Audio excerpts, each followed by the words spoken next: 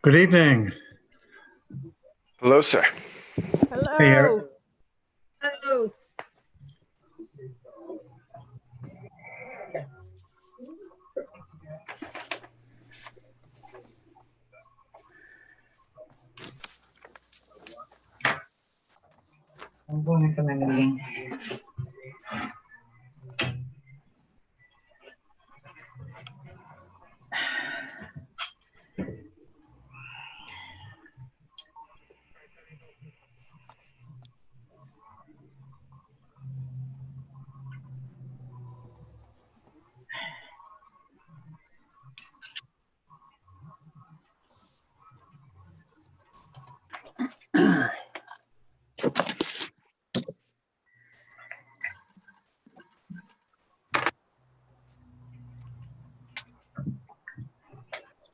And hello to everybody.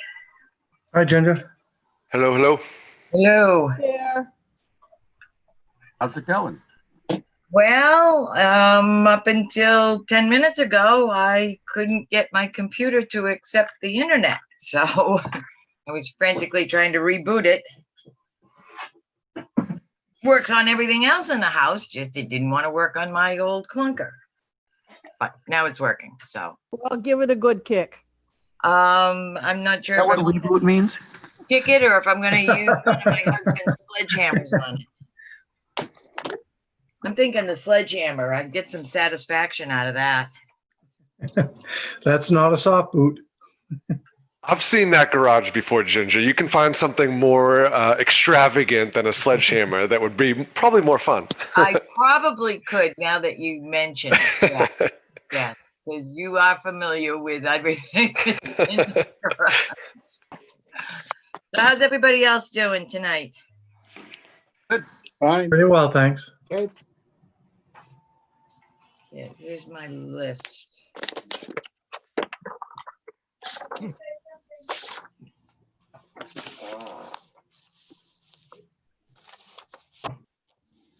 I have my list. All right, you said something to the meeting. Said something to the meeting.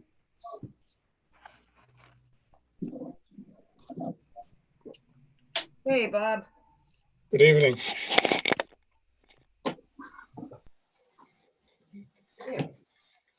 Okay. So, Eric.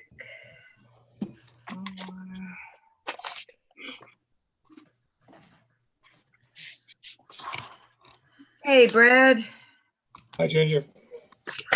Hey, Brad. Well, hello. Betty is here.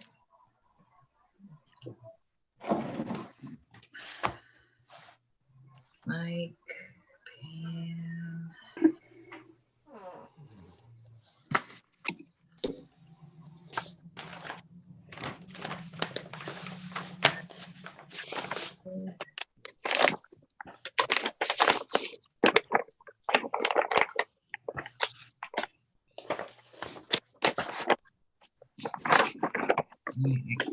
We got here so I can see what I'm doing. Ginger, Yes, Miss Linda. I received an email from Grace a little bit ago, and she's at another meeting and will be joining us when she's done. Okay. Anything else from anybody? Steve Robinson, who I think he said he notified you. Yes, And, he did. Yep. Nice. I was going to mention him too. He caught me in passing and wanted to make sure you guys knew too. Yeah, I ran into him in our local Hannaford's, and he mentioned it last week.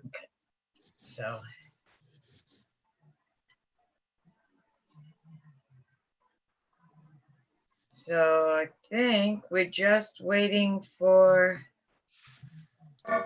Tom, Ted, and Paul. Paul's Ted's there. there. Paul's there. Okay, I see you now. Okay. And there's Thomas.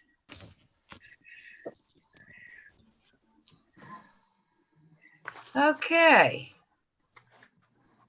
So I think we're looking good. And it's 7:01. So at this point, I'm going to call the October 20th, 21st, sorry, Budget Committee meeting to order with a roll call, please. How are we gonna do this? All right, I'll read off names and you say yes. All right, Good How's night. that? Pam? I know she's- Yes. Okay. Brian? Yes. Tom? Yes. Bob Young? Yes. Mike Jobin? Where is he? Where is he? There he is. Sorry. Yes. No problem. Betty Smith? Yes, Michael Moore? Present. Betsy? say yes. Yes. Dan McNally? present. Paul Tudor? Yes. Eric? Present. Ted Wilkerson? Yes, I'm here. Brad Hall? Yes. And I'm here. And excused are Stephen Robinson and Grace Maddern. Hopefully will be able to join us before we're done tonight. So seeing as how we are virtual yet again, I have to read my statement, so bear with me, folks. As chair of the Northwood Budget Committee, I find that due to the state of emergency declared by the governor as a result of the COVID-19 pandemic, and in accordance with the governor's emergency order number 12 pursuant to Executive Order 2020-0 2024. This public body is authorized to meet electronically. Please note that there is no physical location to observe and listen contemporaneously to this meeting, which was authorized pursuant to the governor's emergency order.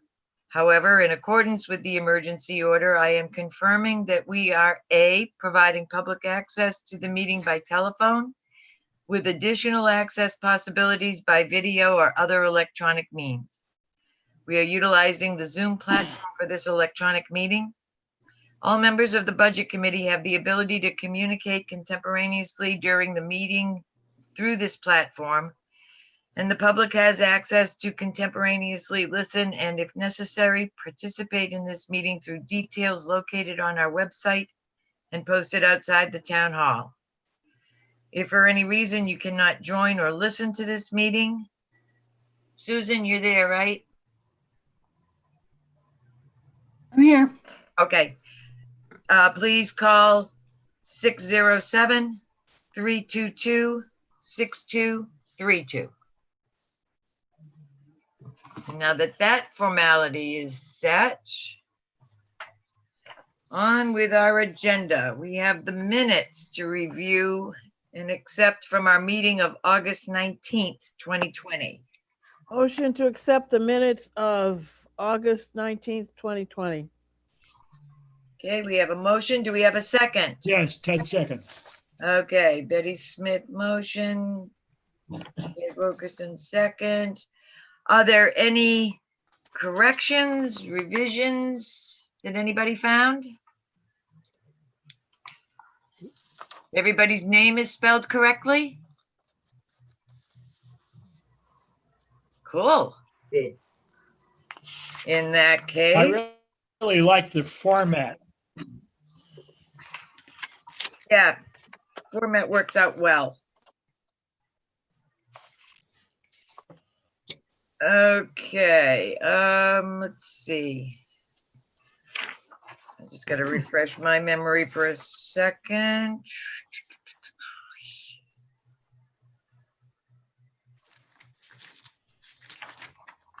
Okay, since there are no changes to anything, I'll do a roll call to accept the minutes as written. Pam, Yes. Bob, Yes. Brian, Yes. Mike Jobin, Yes. Betsy, Yes. Betty, Yes. Mike Moore, Yes. Tom, Yes. Dan, Yes. Paul, Yes. Eric, Yes. Ted, Yes, Brad, yes. and yes. So the minutes are accepted unanimously.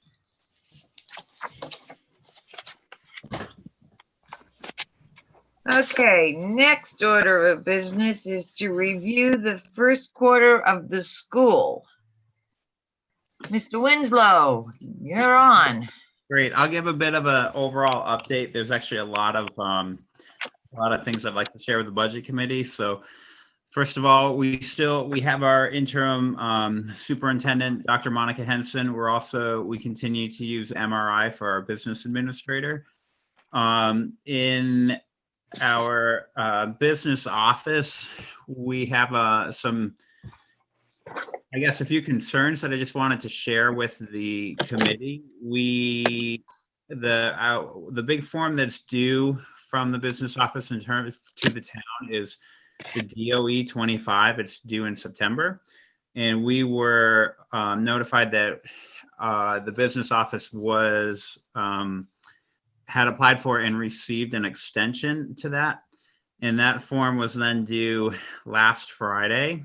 And on Monday morning, the treasurer contacted me to let me know that paper had not been filed. So that's an issue. There's a few other forms that are overdue. So we are working. As soon as I was notified of the situation, I contacted the superintendent. I think she had been notified separately by the interim town manager. I'm getting the title wrong. Town administrator. Thank you, town administrator. So we jumped on that fairly quickly. It's also an issue with some of our sister districts. So we're working to resolve the problem to get caught up. Part of that solution is potentially going to be an additional consultant, and it might be some restructuring of the business department. And our joint board will be holding a special meeting. It's not yet scheduled, but we will be holding a special meeting before the end of the month to address those issues in particular. So that's a concern. Obviously, we're working on it. We're aware of it. I just wanted to share that with you, and hopefully we can get that resolved rather quickly. Other more locally, I guess, to share, the school is transitioning from a fully remote model to a hybrid model starting the week of November 16th. And you probably have found some in our packet. There's the COVID expenses that are related to, this year in particular, and that transition as well, to get ready for that. One of the things that had come up at a previous meeting that's not mentioned in that COVID relief is at our last meeting, we did renegotiate our bus contracts to essentially lower the fuel costs that we're paying, the surcharge. So the bus company has been pretty aware of, the difficulty of the situation that we're in, and they're working with us on it. So there we go. We can get an award for getting the bus contract to go through. There's some music and everything. It's wonderful. There you go. The timing was great. That was perfect. Other local news that people should know: the election will be held at the school on November 3rd, not at the church as has been done in the past. That was a request from the select board not too long ago. The school approved it. So the school is not involved with planning the election in any way. That goes to the select board and the town clerk and all. So that's being done there, but just, don't go to St. Joe's to vote this year. Go to the elementary school. And then also the budget committee chair requested use of the gym for the December work sessions that we hold, and the school board has approved that as well. So I wanted to share that with you. Let's see, a few other notes that I have here. There was an email that I received this week. I don't know the details, but there is another round of COVID relief funding coming from the state. The figure that was given to me in the email was $200 per student. And if you look at our enrollment report, in my math, it comes out to roughly $70,000. I do have more questions about that before we start to, plan to spend those funds. But, last time we had thought we were getting roughly $60,000, and it turned out to be more like $20,000. So, at least there's something coming, and at this point, that's what it looks like it might be. So that's good news that there's something on the way to help us out, but we'll see how it actually plays out.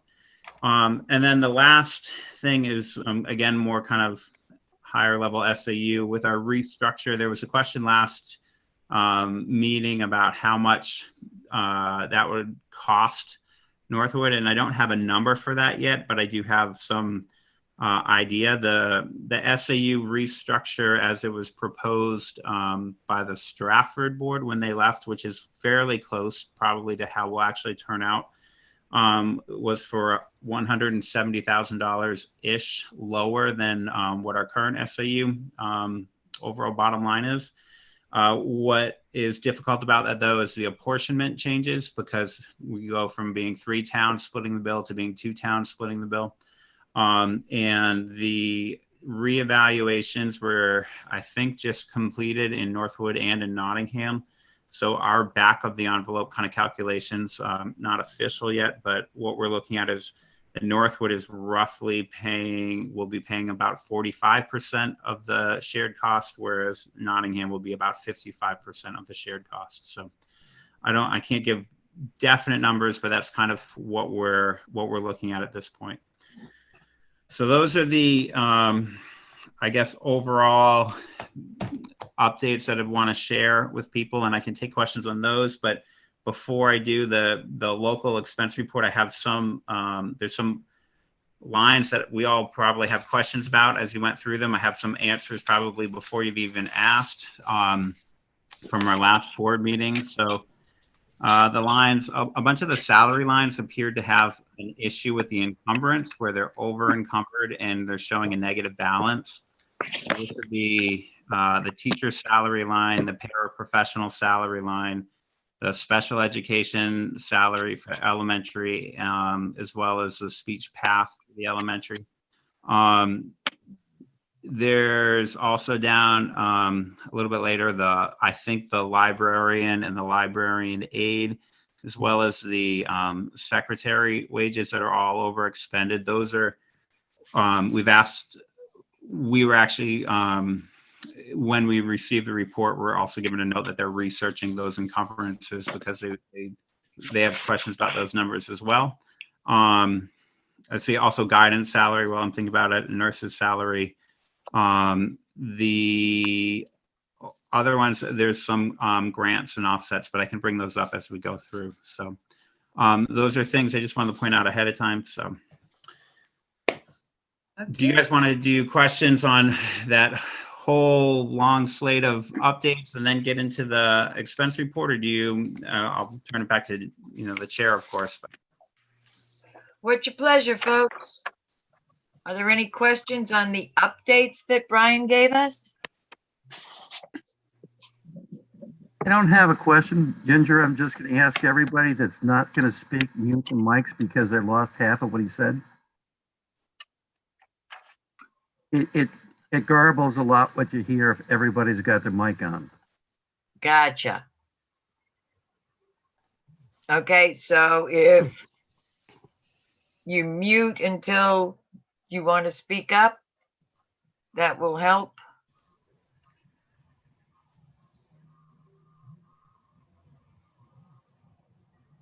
So does anyone have any questions about the updates that Brian provided to us? Can you see them, Ginger? I can see Tom and Bob. Yeah, so far I'm not seeing anybody raising a hand. Oh, nope, I do. Bob, why don't you go first and then I was going Tom? to say, Tom had his hand up long before I did. Yeah, I had my hand up first. He had Well, his you hand up. are on my next page of people looking, so There you sorry. are. Too All many right, people. Tom. I yield the floor to Tom. I'll Thank you. yield the floor, yes. Now I forgot what I was going to say. Ryan, you mentioned that the school is going to try to go back to a hybrid model on the 16th of November, Yep. even though as we double cases of COVID in New Hampshire in the last 2 weeks. Yeah, one of the metrics that we looked at in making that decision was Northwood and the surrounding towns. And we are noticing that the cases overall in the state of New Hampshire are going up, but they're not going up locally, at least when we made that decision recently, that they hadn't gone up then. This goes without saying, but I'll say it anyways, that at any point, we're going to try to bring students back in, but if there's reason to go back to remote, we're prepared to do that, at a moment's notice, and we're sharing that information with the community as well, because, it could change quickly.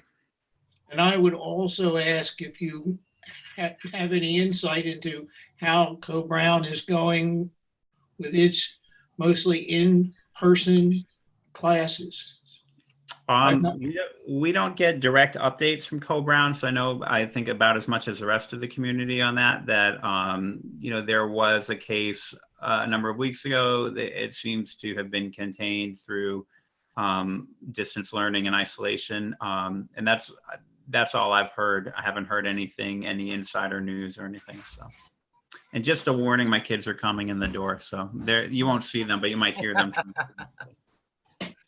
Well, I ordinarily would have been subbing at Go Brown, but wanted to wait to see how they managed the beginning of the school year. And to the extent that I pick that up again, I'll give you a report.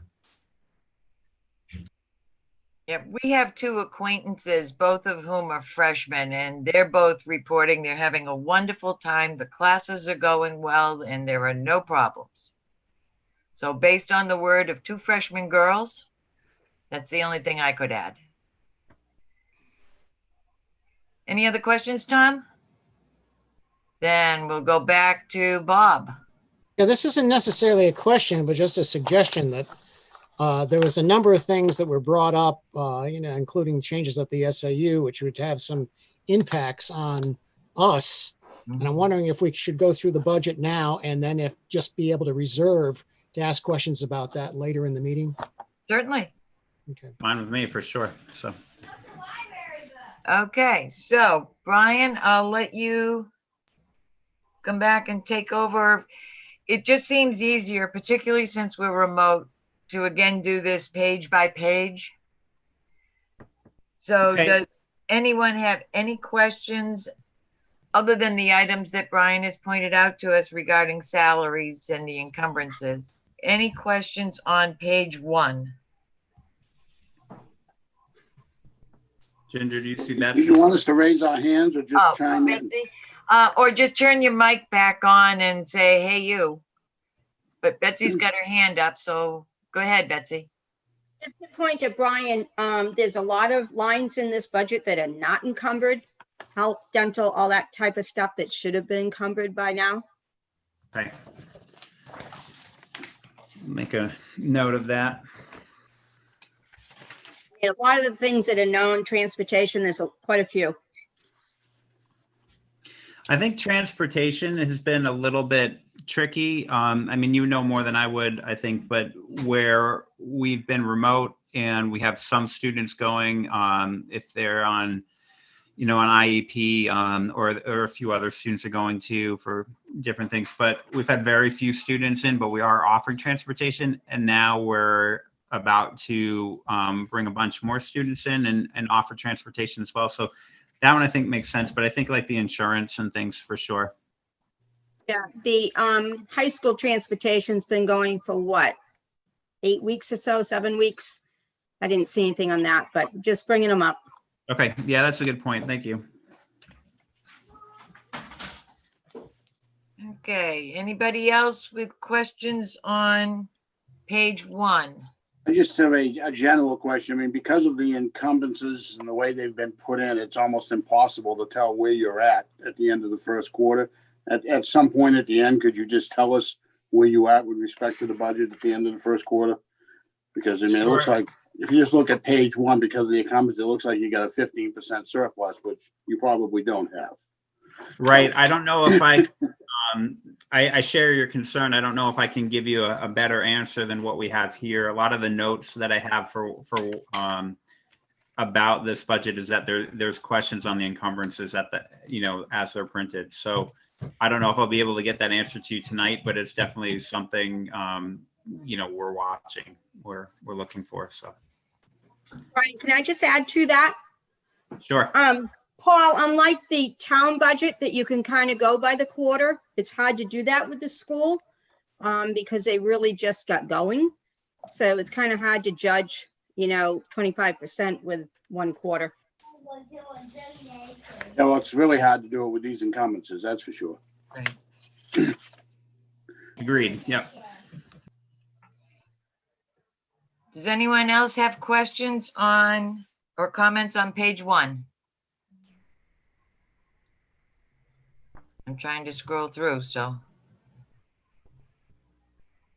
Okay, let's move on to page 2.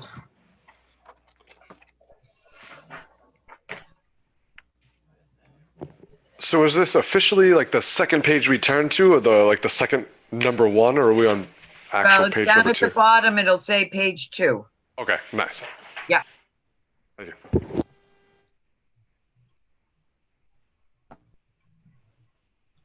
I'm not seeing anybody.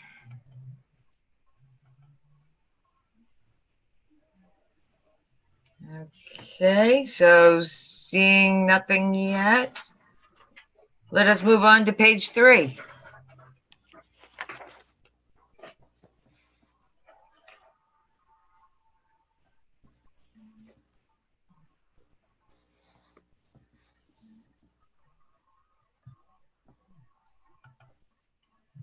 And I'm not seeing anybody.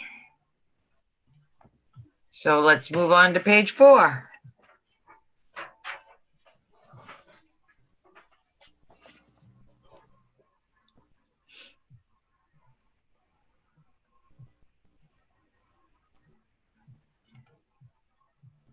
I just wanted to comment while I'm here, just because we've been quiet for a minute, but I hope you like the bigger pages. I was just going to bring that up. Me personally, I love the fact that I do not need to use my big magnifying sheet, which is great.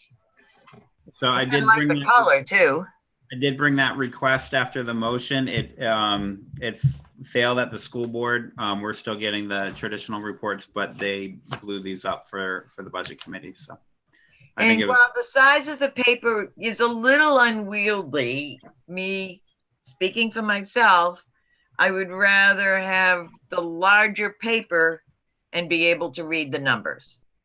great. And I think, I'm sorry, I started to share that, and I saw Betty's hand. Ginger, I don't know if you saw. If I Betty's did hand- not. Thank you, Brian. Betty, what can we do? On the health supplies, Which line are we on?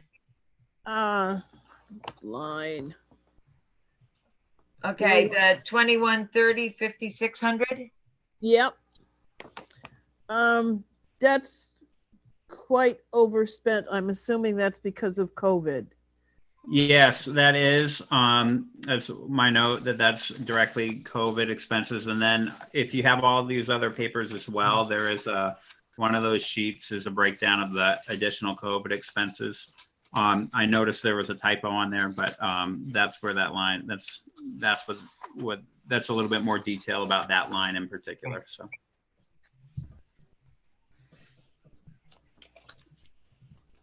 We're probably lucky that it's not any worse. Right. And hopefully these supplies will hold out for a little bit, but we need to do what we need to do. Does anyone else have any questions or comments on page 4? It was so much easier when I could just look around the table. I miss looking around the table. Tom, did I just see your hand go up? No, but I'll use this opportunity to ask Brian in a general question about all this as I look at the various categories and activities like the science camp. Are there activities that are going to completely disappear if you never get back to any in-class activities? Or if you go to a hybrid or something's just going to disappear? I know, I don't know if I can answer that question completely at this point. I mean, we're kind of taking it month by month at this point, but we did do the outdoor fall sports. So that was soccer and cross country, but we are discussing, haven't made a decision yet about winter sports, because all that we do in winter is basketball, where that's an indoor close contact activity that's potentially higher risk. So that might disappear from the budget at this point, the winter coaching, those things. At this point, none of the clubs that we fund are operating. It's possible that some of them will start as we go back to hybrid, and then if we have to go back to remote, it might not. So it's really hard. I mean, at this point, there's probably not going to be a 8th grade trip in the spring if we're still in this kind of a situation, but they're starting to fundraise with the hope that they could do something. So we're taking it month by month. I can't say for sure, but it's certainly possible that some things will just disappear from the year. So Any other questions on page 4? Okay, seeing none, let's move on to page 5.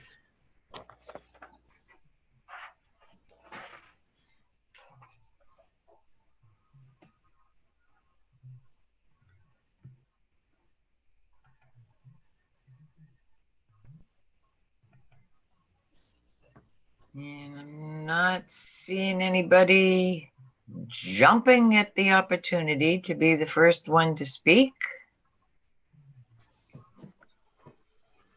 So it looks like we're good on page 5. Let's go forward to page 6.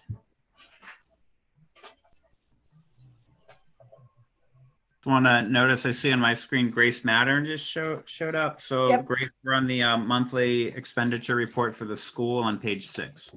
Thank you. Hey, Grace, welcome. Glad you could make it. Yeah, sorry, No, another meeting, but I got here as soon as I could. actually, you didn't do bad. No, I didn't. That's good. If it got too late, I just would have gone to sleep. It was that good a meeting, huh? Okay. That does happen sometimes. Yes, it does. Okay, does anyone have any questions? Betsy? Comment. And the other night I watched the preschool meeting, and there was discussion about dropping the preschool rent. And Brian, I would hope that you would consider not doing that, because that's a combination of the Northwood expenses, and they should be shared equally with Nottingham. It's, you know, a 50-50 program. They should pay their half of the heat, lights, and everything else. Northwood shouldn't bear the brunt of it all. So I just wanted to bring that up.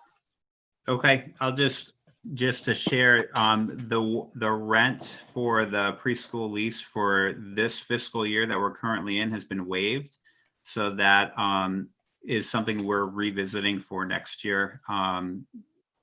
It was an ask, and we considered it and granted it for 1 year. So we are looking at restarting the next year. So when you waive it, then Northwood bears the brunt of all the expenses, and it should be shared. Okay, thank you. Are there any other questions or comments on page 6? Going through, not seeing anybody. Okay, then let's move on to page 7.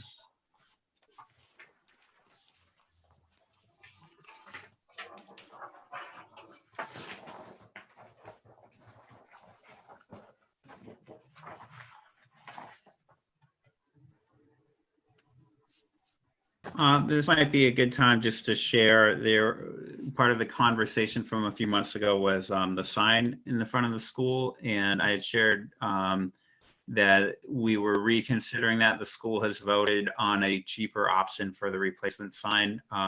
Hopefully we'll also work pretty soon on the base to the sign. That was damaged during a windstorm last year. And what you won't see is an electronic sign being mounted onto it. You'll see a traditional letter board sign like we have now.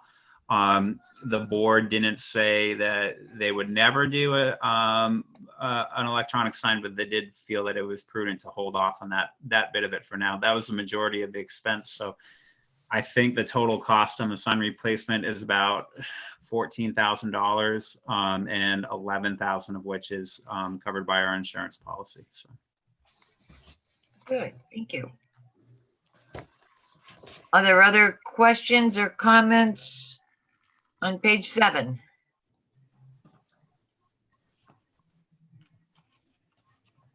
Okay, I'm not seeing anybody jumping right up, so let's move on to page 8. Excuse me.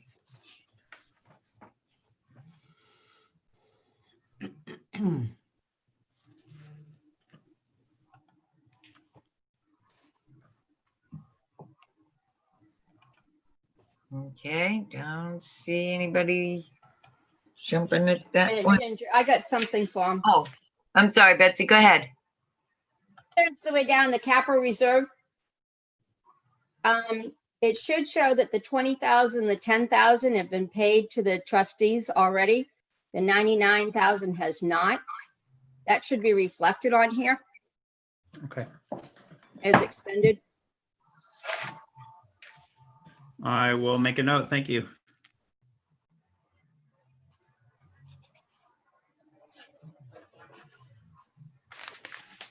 Okay. Any other questions or comments regarding page 8?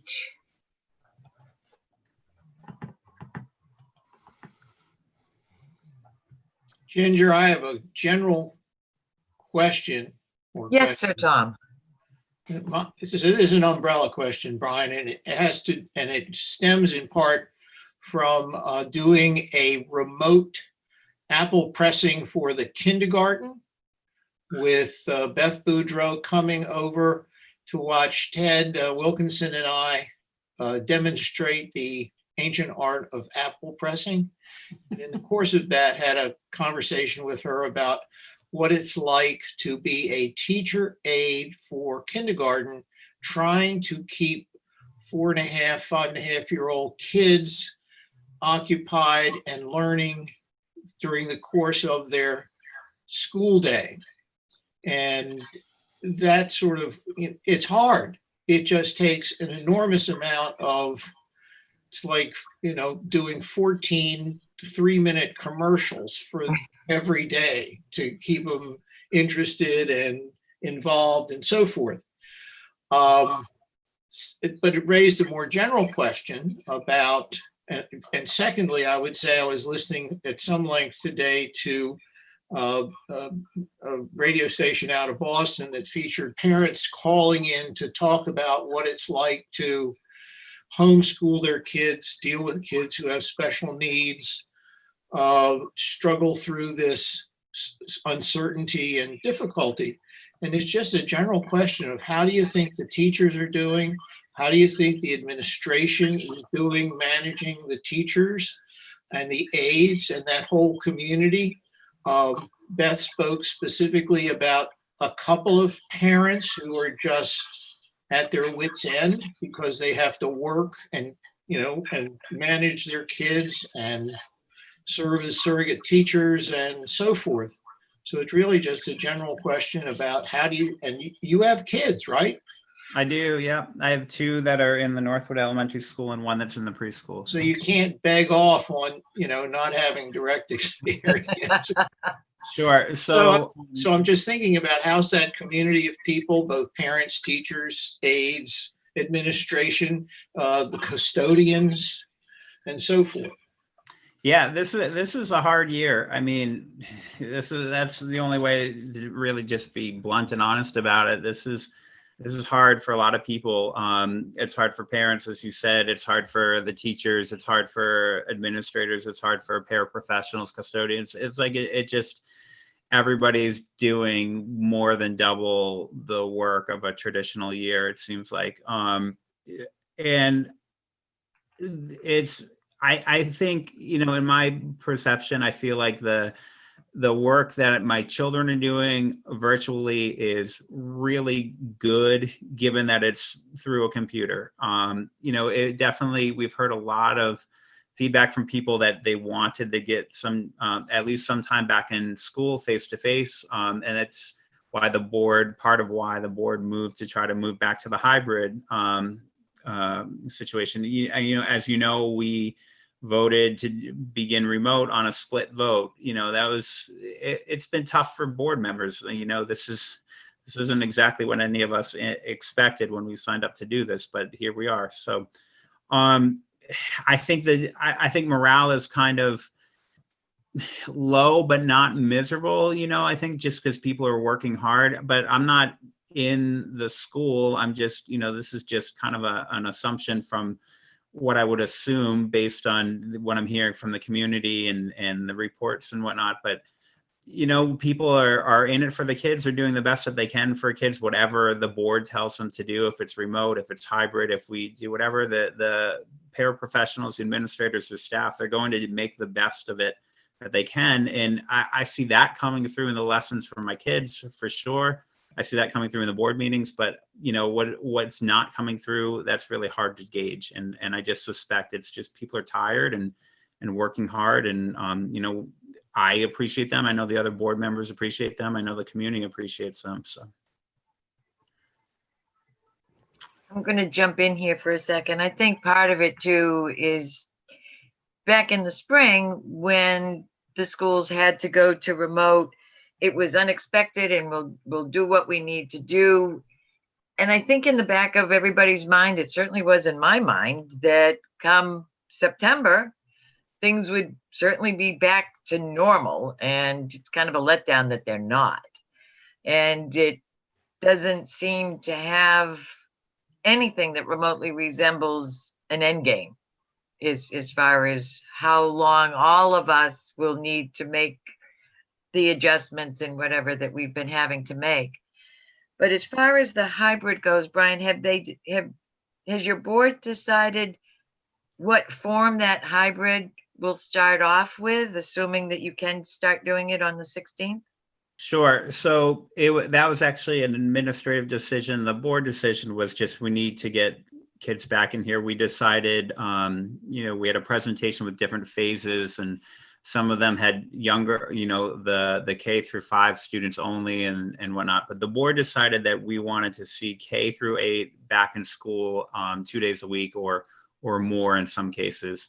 The model that the administration came up with is they're calling it an A-B model. So and half of the students roughly will be in cohort A. They will attend on Monday and Wednesday. The other half will be on Tuesday and Thursday. They're called cohort B. And to make this work, because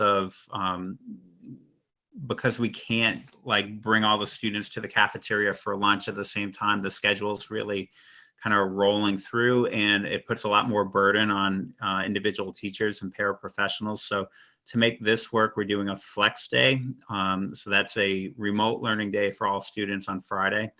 Along with this, students can still opt out of the hybrid model and just have a remote school year completely. But for students that will be in the hybrid plan, it'll either be one of those cohorts that they'll be in. So. Okay, Got great. a question to that too. This is Eric, if I could. Go ahead, Eric. So I actually had the same question that Ginger just had, because my wife is a school teacher that works in a different SAU a little west of here, and they are already doing the A and B cohorts. Their flex day is coincidentally on Monday. And to kind of bring up what Tom was saying earlier about morale and what it's like coming from someone who's sat next to her for the last 8 weeks or so since Labor Day, it's brutal. And you mentioned the miserable term earlier. So I just kind of bring that up as just to try to go above and beyond for those teachers, giving them support. She's middle school math in 7th and 8th grade. So it's tough. She's working 24/7. Granted, different town, different SAU, but I've seen it, and it's tough. Thanks, Eric. It's always helpful to find out that we're not alone in this in Northwood, that there are others as well. Okay, so we've gone through the financial statement. Ginger? Yes, I'm sorry, who is it? Dan? Yeah. Hi, just really quick.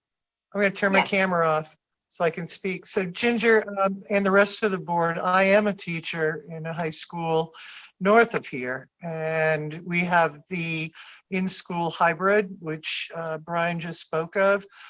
Wednesday for us is not a flex day. It's actually a remote day where the kids are home and we're handling remote classes. So it's Monday, Thursday, Tuesday, Friday for kids in school. And for what somebody else just added, it is brutal. It is, I mean, the kids are trying, but it's brutal.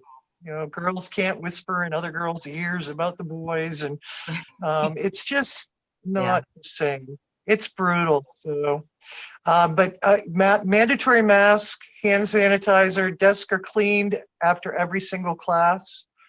They get 10-minute outdoor mask breaks in between classes. 70-minute classes. They start at 9. So they have 4 classes a day with 3 different lunches to keep them separated behind plexiglass. So I just wanted to add that it can be done safely, but you can't monitor the kids outside of school. And for those of you that don't know me that well, I'm a teacher as well. So I try to bring my board perspective in a kind of a, I don't know, kind of more of just like a policy position instead of, what I'm personally going through. But yeah, it's a tough situation, I think, for a lot of people. So. Quick little silver lining to that, though, where she's 7th and 8th grade, the 7th graders that were struggling last year in 8th grade now, she's actually seen a huge increase in participation and want to learn. I think a lot of the kids are really seeing above and beyond value of what it meant to go to school. So there's definitely a silver lining to it. It's not all bad, but I definitely wish you luck, Sarah, and the town, of course, as well. Thank you, Eric. Okay. So we've gone through those. Were there any remaining questions regarding the COVID expenses or things that Brian started talking to us about at the beginning that anyone would like further clarification or ask a question about? I just mentioned, you guys, there's a letter in the package that is to Ginger and the town budget committee, and it has to do with unexpended funds of $33,000. That was emergency order number 38. So I can talk about that if you guys want to, but I just wanted to update you that number was revised up to $43,000 in addition to the UVC sanitizing lights. We're stocking up on additional PPE and sanitizer and things like that. So. Okay, good. Yeah, I did notice those in there. So that's part of why I wanted to bring it back. If anybody else had any other questions about anything. Ginger, I would just Yes, like to ask, with these forms that are late being submitted, and it would be reassuring to me to hear from the board, school board, that those have been submitted and validated and so forth. I don't know how long it's going to be until we meet again and can find out the status of that. But I would, it would be nice to have some good news, if you have any, to share in the next weeks or so. Sure. I can't give you a timeline. We don't have one yet. I know they're working to figure out exactly what has to be done and how long it will take and how much help will be required to get that done quickly. But I would assume, and I can, if this is the request, I can make sure that that information is communicated to the budget chair. I know she was at least aware of this before, I brought it to the full budget committee here. So, right. And I'll jump in here very briefly. I did have two different conversations with Dr. Henson, the interim superintendent, about this, and she is right on top of it. She's assured me as late as yesterday afternoon that additional staff to get this going as quickly as possible is in process. She also told me that she was very embarrassed because she thought that this was basically all squared away. So I can assure you guys that, as well as Brian has mentioned, that the SAU is very much aware of the situation and they're doing everything they can to get everything up to date just as quickly as possible. What I can do is send a request for the budget committee to either notify me or notify all of us as soon as everything is squared away so that we're aware of it, because we won't meet again until December. But emails can work. So I can certainly make that request if the committee would like me to do that. Do you need a motion? I make a motion that the school board communicate with the chair of the budget committee on progress on filing necessary forms as they're completed, and that the budget committee chair communicate that to the rest of us. Second? Second, Okay, so we have Tom and Betty. Any further discussion? Betsy, I think you wanted to add something? Or Jump ask? in after you do the vote. Okay, anybody else have a question? Make a Are you comment? voting on that motion or what? We're voting on that motion, which is just authorizing me to keep in touch with the SAU and let the rest of the committee know the status. Okay, seeing. You want me to jump in here before you do the vote or jump in Sure. after? I was Nope. going to wait until the end, but I think it needs to come up and be clarified. I also am the school district treasurer. So there's some issues here without these reports being done. The tax rate cannot be set. The tax bills cannot go out. And therefore, we end up with a revenue shortage and could end up having to borrow money to pay both town and school bills. So these reports should have been done. I also have another concern on the June 30th financial statement that came through late this afternoon. That's one of the reports that is used to do these reports with the state. And that's still got $203,000 worth of encumbrances sitting on it that should have been cleaned out long before now. So it is a critical situation because the town cannot send out the tax bills that can now not be due December 1st, and the cash flow is going to be an issue. Okay, so let me ask first of all, does anyone else have a comment or a question about the motion?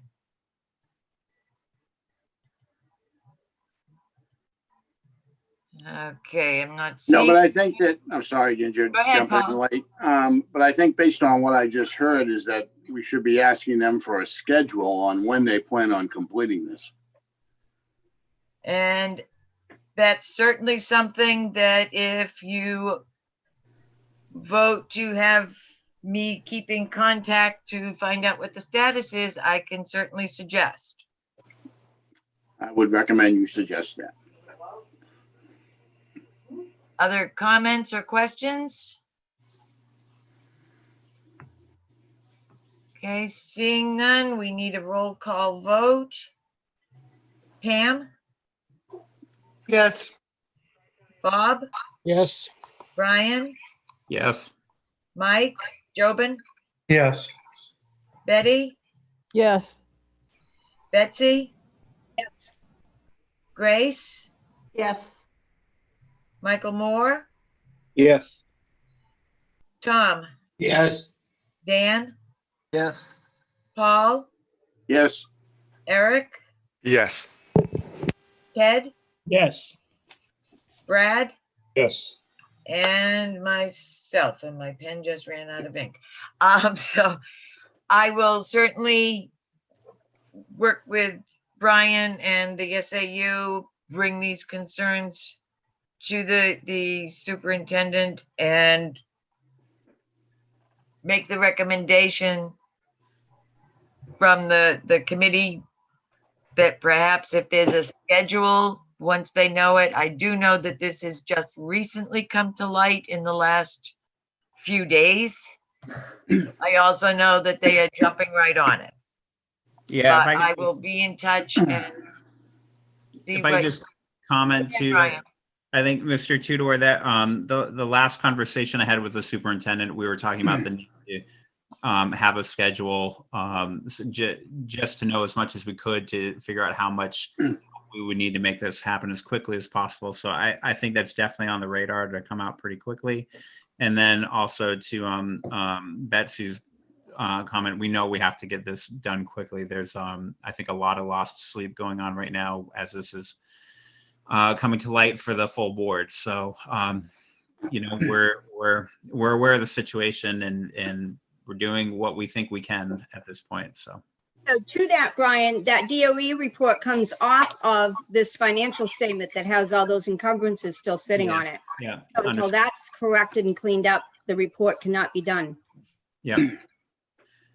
So I mean, right, we know there's work to be done. We know that there's likely going to be additional help to get that done in a timely manner.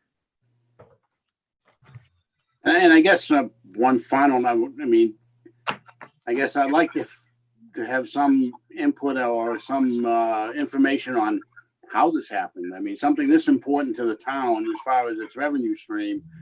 I would think there'd be some checks and balances on these reports to make sure that they were being done correctly and timely. Sure. I think the board shares that feeling too. We were, like I said, I learned of the situation on Monday morning when Betsy started to text me about it. So, and likely the other board members did too. The only, I guess, situation that we had that would have clued us about this was that there was an extension requested on the DOE, but that at the time, the reason was given kind of what Betsy's saying now, that there was some cleanup that had to happen before that form could be completed. And that seemed reasonable given that we had a business administrator out on a medical leave for a good part of this fiscal year. But we've had an interim business administrator through MRI for 3 days a week working for the 3 towns. So we weren't aware of how much was missing until this week. And that's something that a mistake that we hope we won't be repeating going forward. And hopefully we can get this cleaned up and addressed timely so that it doesn't negatively impact the town and the tax bill. So. Brian, when you asked for that extension? It was in September. I think I'm just concerned that we're getting into some nitty gritty that really isn't the purview of the budget committee. They've indicated that they're aware of the problem. They're working on fixing the problem. And when they have a timeline or more information, I will be sure that everyone is notified via email. Okay, so that pretty much takes care of our school unless there's any other question regarding any of the other materials from the school. One other comment on Certainly, that Betsy. came through this afternoon was that the audit hasn't been started either. That's another piece that's critical. Yeah, And that's as I- one of the list. Of the list of forms, the audit was one of the ones. There were a few other, I don't recall offhand exactly what they were, but it's the DOE 25. It's the audit. I'm not sure exactly when that's due, but that hasn't been started yet. And there's a few September other. 1st. Okay, there's a few other forms as well. So, yeah, that's what's going on. Okay, let us move on to, I believe there's a motion that hasn't been voted on. we voted on the motion to authorize me to speak with the superintendent and get information back to you. That we did vote on. Is there another motion that I'm not Okay, aware of? my mistake. I don't remember voting on it, but I'll take your word for it. Yeah, I You even said called yes, you Michael. Michael instead of Mike. Okay, I'm trying my to bad. differentiate. Okay, let's move on to the town. We're going to be reviewing the third quarter expenditures and such. So Pam, you're up.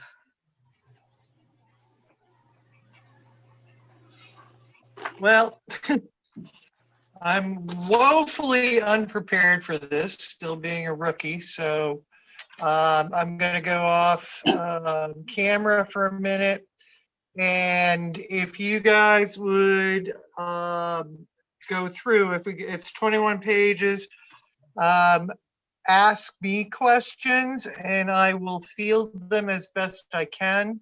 I can brief you that we're aware that our worries right now are about whether or not a state block grant will come through for fund. Road tolls and state revenue are down 5 to 8%, which is anticipated 2021. Room and meals tax is a huge loser for state revenue coming in. So towards the end of the year, we might see impact on that, and definitely in 2021. Coming down through town administrator, the search is going well. So hopefully that will be resolved soon. I can't give you a timeline or any details, but should be going on well. We've had an impact on health insurance and retirement, particularly I think it's in the fire department. So that expenditure will be reflected in there. These lines are clean. The ones I had last night were really wacky. So anybody start off with any questions on like page 1 through 5? Okay, folks, how about page 1? Betty? Under the town administrator, line 330 and 830. Page Contracted 1. services. Hold on. Why Page is 1. that? Why is that so far off? And then on 830, the travel. I mean, that's a small amount, but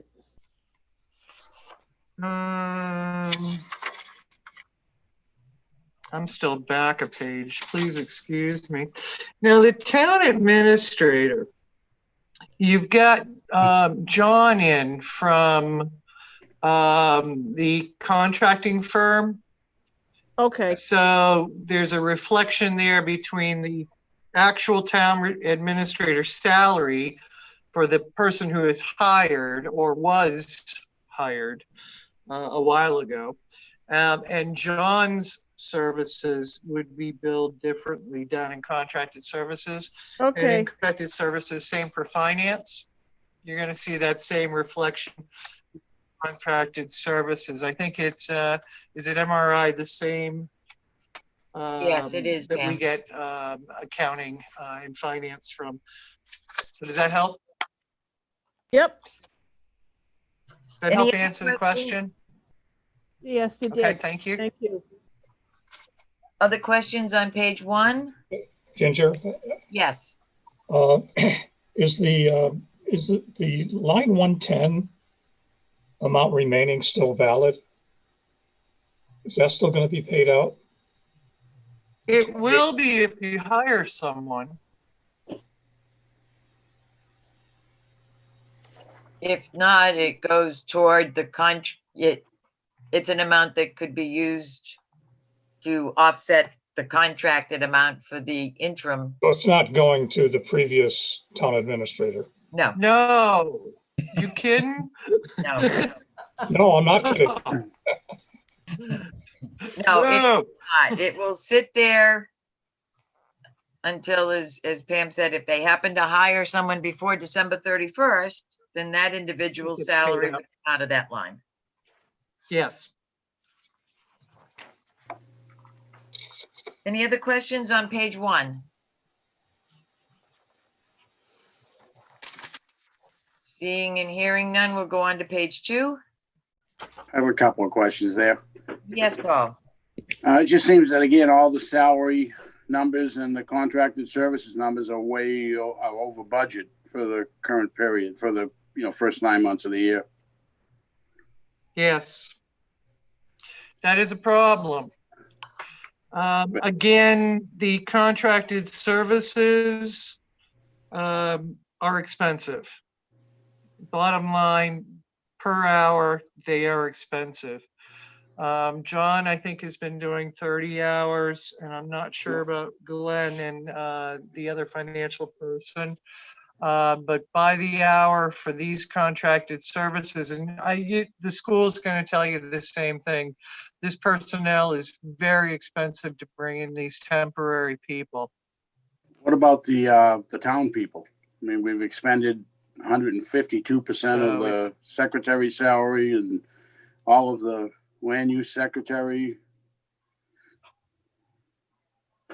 And they've been, I'm going to jump in here for a minute, Pam, if you don't mind. Sure, please do your authority. One of the, okay, at the last meeting, I let you guys know that the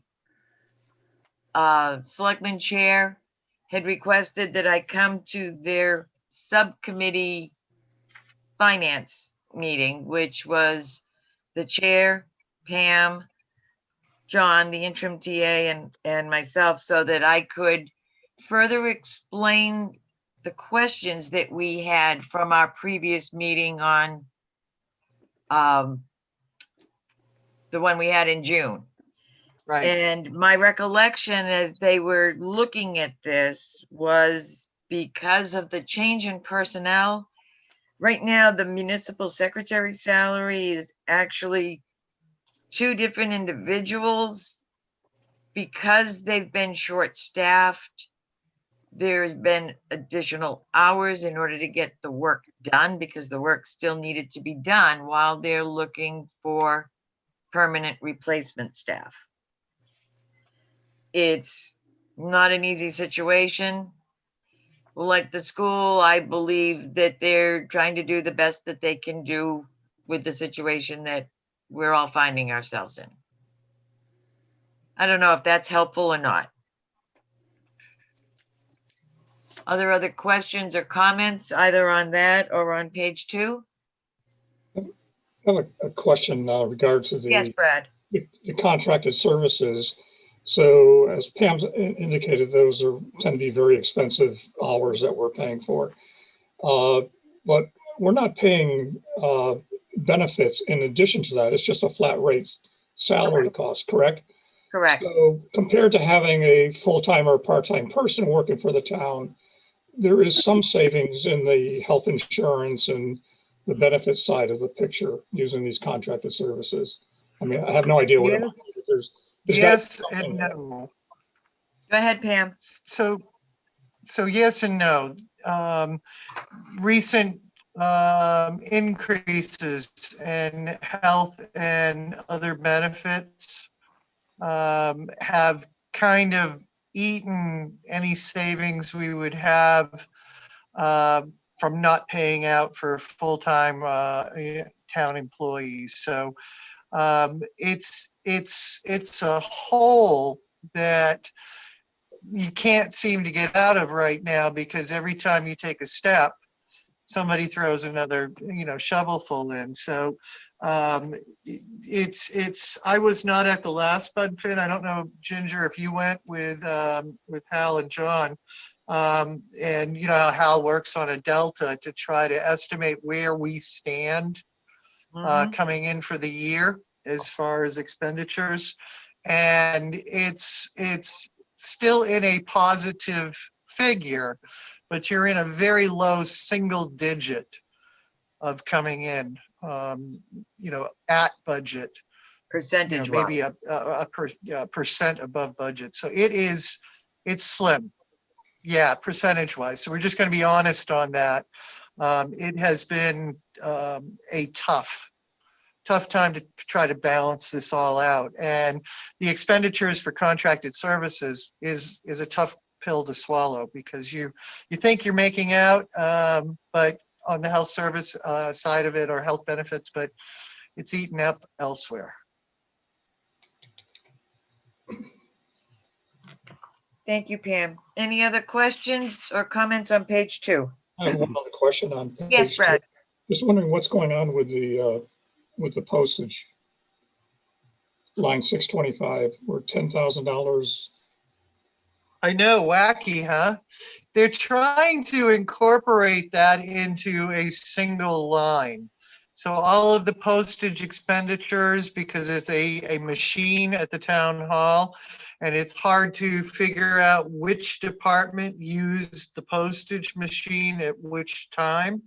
So I think what they're trying to do is incorporate it into a single line. So an expenditure here was taken off a single line. It looks huge, but it's reflective of other postage lines in the town hall. Okay, thank you. Yeah, so And it as, almost makes sense that postage, if it's one machine in the town hall, that it is a single line. okay, I'm not sure who got up first, Betty or Betsy. Flip a coin, girls. Me, Okay, whoever said me, that was me. go ahead, Betty.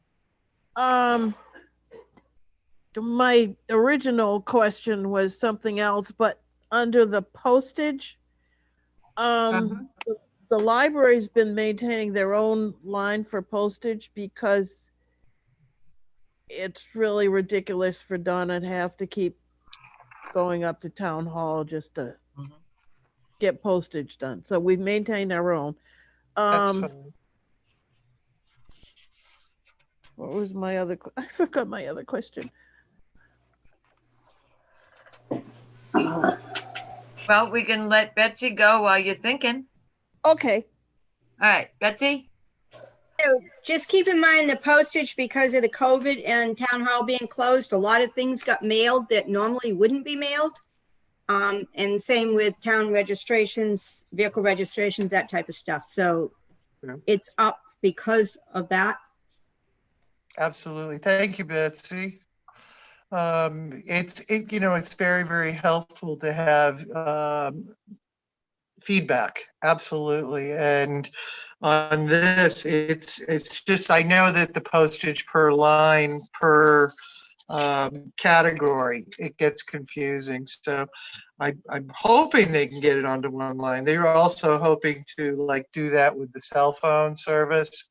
If they can get there's a government cell phone provider that would save a lot of money if we just put the town hall, the various departments under the same service. Thanks, Pam. Betty, did you think of your question? I did think of my question. Actually, it's a comment. Okay. In some ways, yeah, you can save money on a contracted person because you're not paying the benefits. However, each time you get a new contract person, even though they may be very good at what they do, they need to learn our systems. Right. And And it takes a lot of money and time to train new people. absolutely, you're correct. And sometimes you get a real sharp person in, John Scruton, for example, is a godsend. But other times you get whoever's in the pool, and It doesn't always work out Not as good. beneficially. Right. Thank you. I try. Are there any No. other questions And on? sometimes I think Ginger, it always rains and pours. This is true. This is true. I was just saying that there's always, it's never just one thing that goes wrong. It's a cascade. Okay, any other questions or comments on page 2? Okay, we're going to move along to page 3. Under the voter registration, we're already 240% over. What's behind that? Well, there's this election this year, and it is warranting a tremendous amount of work and time and absentee balloting and appointments. Again, I will look into that line for specifics, and I will inform Ginger if that will help, Mike. It Actually, looks like most of it's under contracted services again. okay, I'm gonna don't jump have in the here for a second for you, Pam. As far as the elections are concerned, keep in mind, Thank you. this is a default budget, Budget. which is based on 2 elections. We've had 4 elections this year. So Okay, we're going to be overspent under that. It's big. And as far as the contracted services, I think what you were referring to is under the finance administration. Is that right, Mike? I don't think so. It's line, let's see, line 330. Yes. On page Yeah, three. Oh, up above, right. that's voter And registration. again, that's the voter registration and for 4 different elections, absentee ballots. And we I'm were trying to also- remember back, and maybe Bob can remind me, or he can remember, the ballots I thought got paid out of the contracted service line because we were getting them through the state, but I could be wrong. That was my And we also- understanding. What I was going to suggest is don't forget that this default budget is based on a previous default budget, Right. Yeah, which as a point where which is basically we're going back 4 years. Right. So we've had 2 significant events here in terms of the primary and the presidential election. So there's been absolutely. a significant We al- expenditure beyond what we would normally have. Okay, thank And you. we also had a loss of personnel down in the town clerk's office. So we had, the previous town clerk was picking up some hours as a contracted service, I believe, to assist with the election. And also we had another, former town clerk, stepping in to help also. So those would be under the contracted service line, I believe. So, and it's this election is particularly a big one. Thank you, Pam. Betsy? Just to jump onto that one, then I have something else.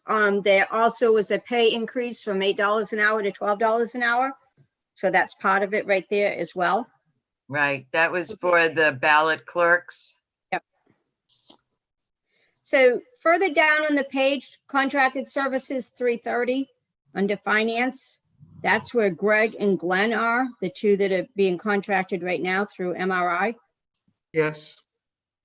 And I have a question on 621, the software finance. We paid for support there.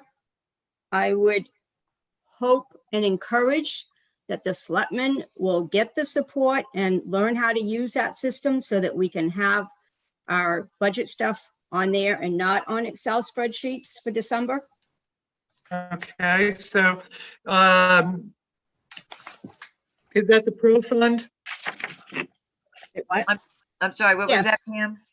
That's ADS. pro fund? Yep. Yeah, a lot of people, have changed out of pro fund. It's a clunky program. And again, with the, the software finance, it would be nice to change that over and have pro fund be more adaptable to other sheets. But I will make a note that you would like it in, Betsy, what would you recommend? You want to Okay, I say spent pro many, fund? I spent many years on that and it's a great program. Some of the new ones aren't, but we have that all set up. We've used it since 2006. We need to get the current employees trained to use it so that we can get the reports off of it. When you start doing Excel spreadsheets and transposing numbers, then you get in trouble. And I agree. I'm gonna jump in here for one more little bit on that. We were talking about the state forms that have to be done at the end of the fiscal year. And those using the pro fund, a lot of those numbers that have already been entered are going to automatically come across, as opposed to filling everything out by hand. And it doesn't make sense to me to pay for support and then not use the system. Okay. And I have that too. expressed this to other selectmen and the interim town administrator, and evidently at least one other person on the budget committee is expressing the same thing. So perhaps you could bring that back for us, Pam. Okay, so let me get the notes straight.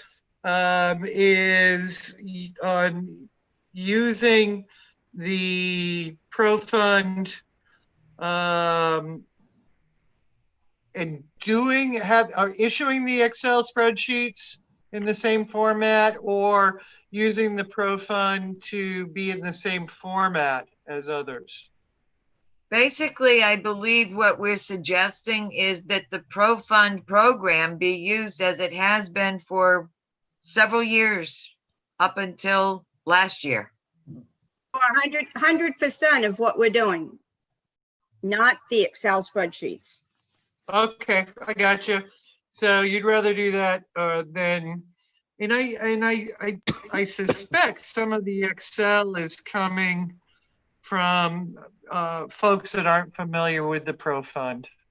I would expect that's exactly the case, which is why training that we're already paying to have would be very beneficial. Gotcha. Gotcha. Just my And I thought. think also on that is the contracted services, that we're at the mercy of what they can come in and do quickly. So I will bring that up. I've got it noted. Thank you, Pam. Are there any other questions or comments on page 3? Okay, moving ahead to 4. I might just well ask it, what's the status of the audit? I do not have, I thought the audit had commenced, but it is not in. But don't quote me on that, please. You're right. Would you So, be able, okay. so Another note. That's going to be one of the questions, Pam, that we would like a response to. So I'm making a list of questions. You can make The your, status of audit. and then we'll compare notes after. Yep. So status of audit. Correct.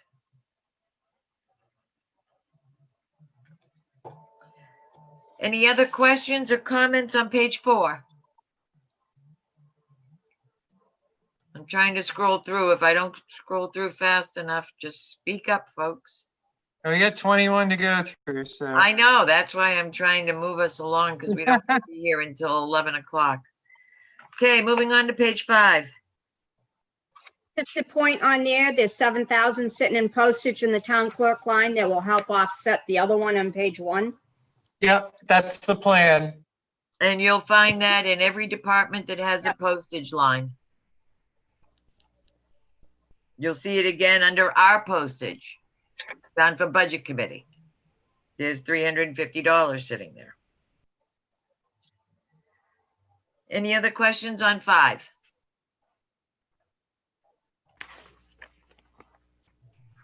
Okay, since I'm not seeing or hearing, how about page 6?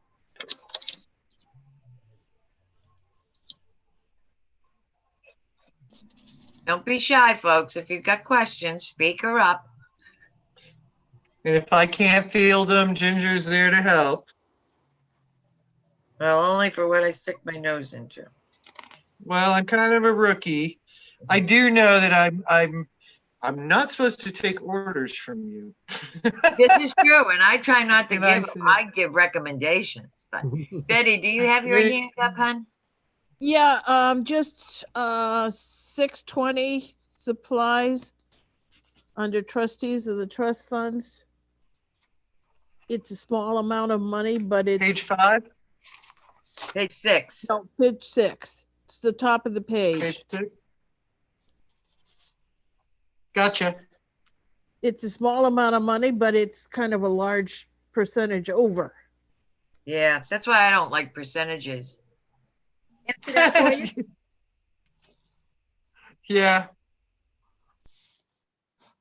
This was the year that I'll make a supplies were note, needed. like, You want me to answer that for you?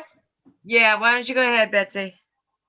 Okay, sure. as for book of stamps and the post office box rental. There you go. All righty. But 8,200% does make stand out to you. Yeah. It does look, yeah, it looked pretty funky. But then again, if you have 150,000 against a dollar line, that would be even worse. So Yeah. I don't like percentages. no, they never worked well. I can Any- offer a comment on the health line if you want. Okay, which line, Betsy? And about 2/3, a little over halfway down, 2/3 of the way down. It shows 149,000 sitting there right now. Right. There's roughly 80,000, and that came from John the other day. That's uncommitted due to 2 family plans that were added in there and some change in personnel. Right. And I got that same information earlier today when I spoke with John. Thank you. Anything else from anyone on page 6?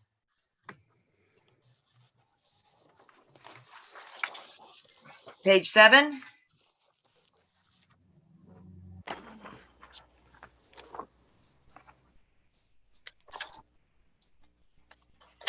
Everybody still awake? It's still awake. I can't crack my gavel here. I mentioned that earlier to my husband tonight. I missed the board meeting in the hall. I had my gavel then. Anyway, nobody has anything on page 7. We'll move on to page 8. Oh, I'm sorry, Betty. 410 down at the bottom under town parade buildings. Yep. Why'd the electricity go up so much? And maintenance and repair.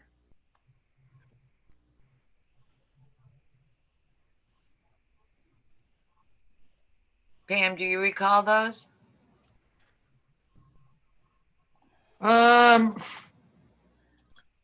There was something, but adopted budget 650. New Last divider year in the hallway. 384 in the adopted. Actually, in the telephone too.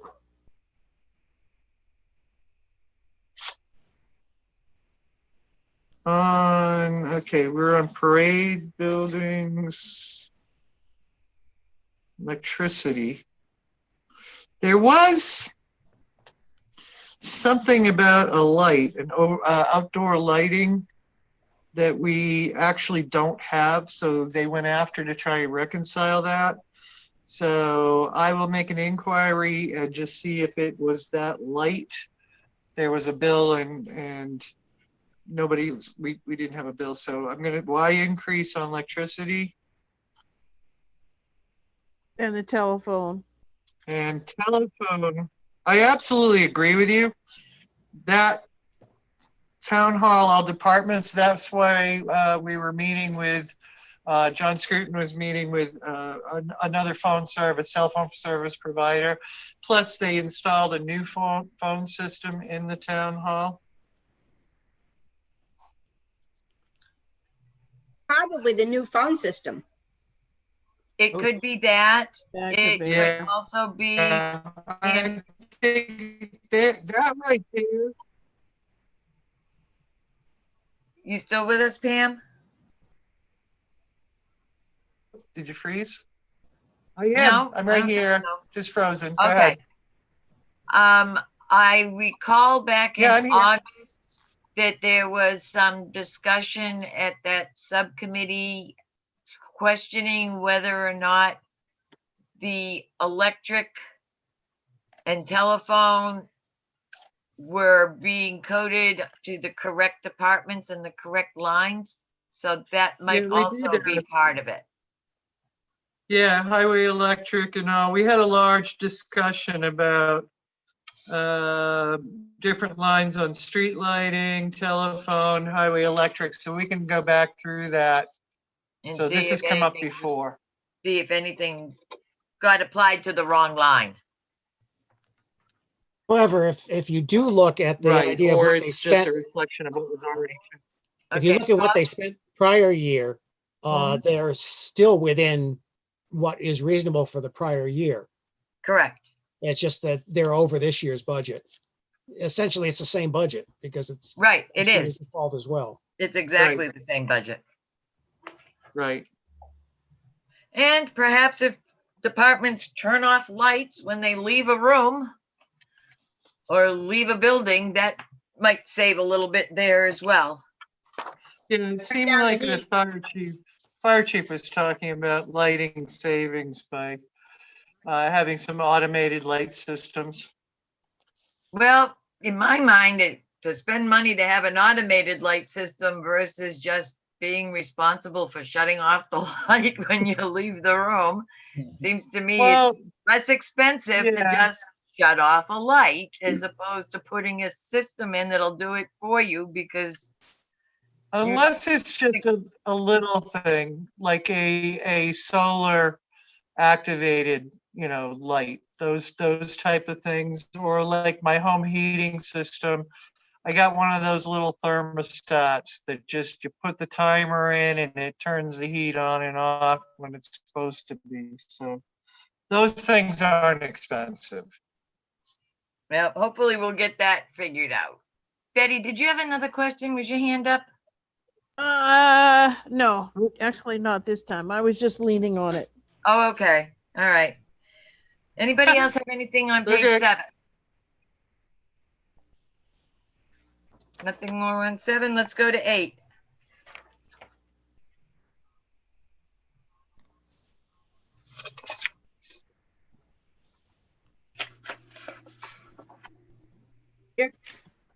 Did I hear somebody? Heard Betsy.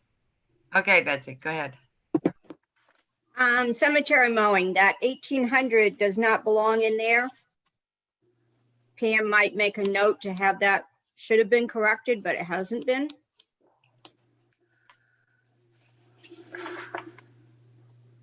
Yeah, we talked about that before. It's a trustee bill that the town paid and shouldn't have paid, and they were told not to pay, but they paid it anyway.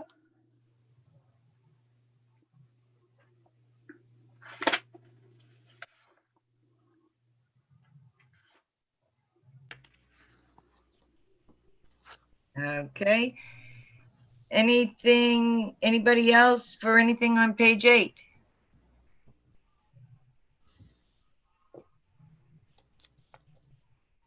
I need to start writing with my left hand again so that I can move my mouse with my right and write with my left. Okay, since I'm not seeing anybody jumping up here, let's move on to page 9.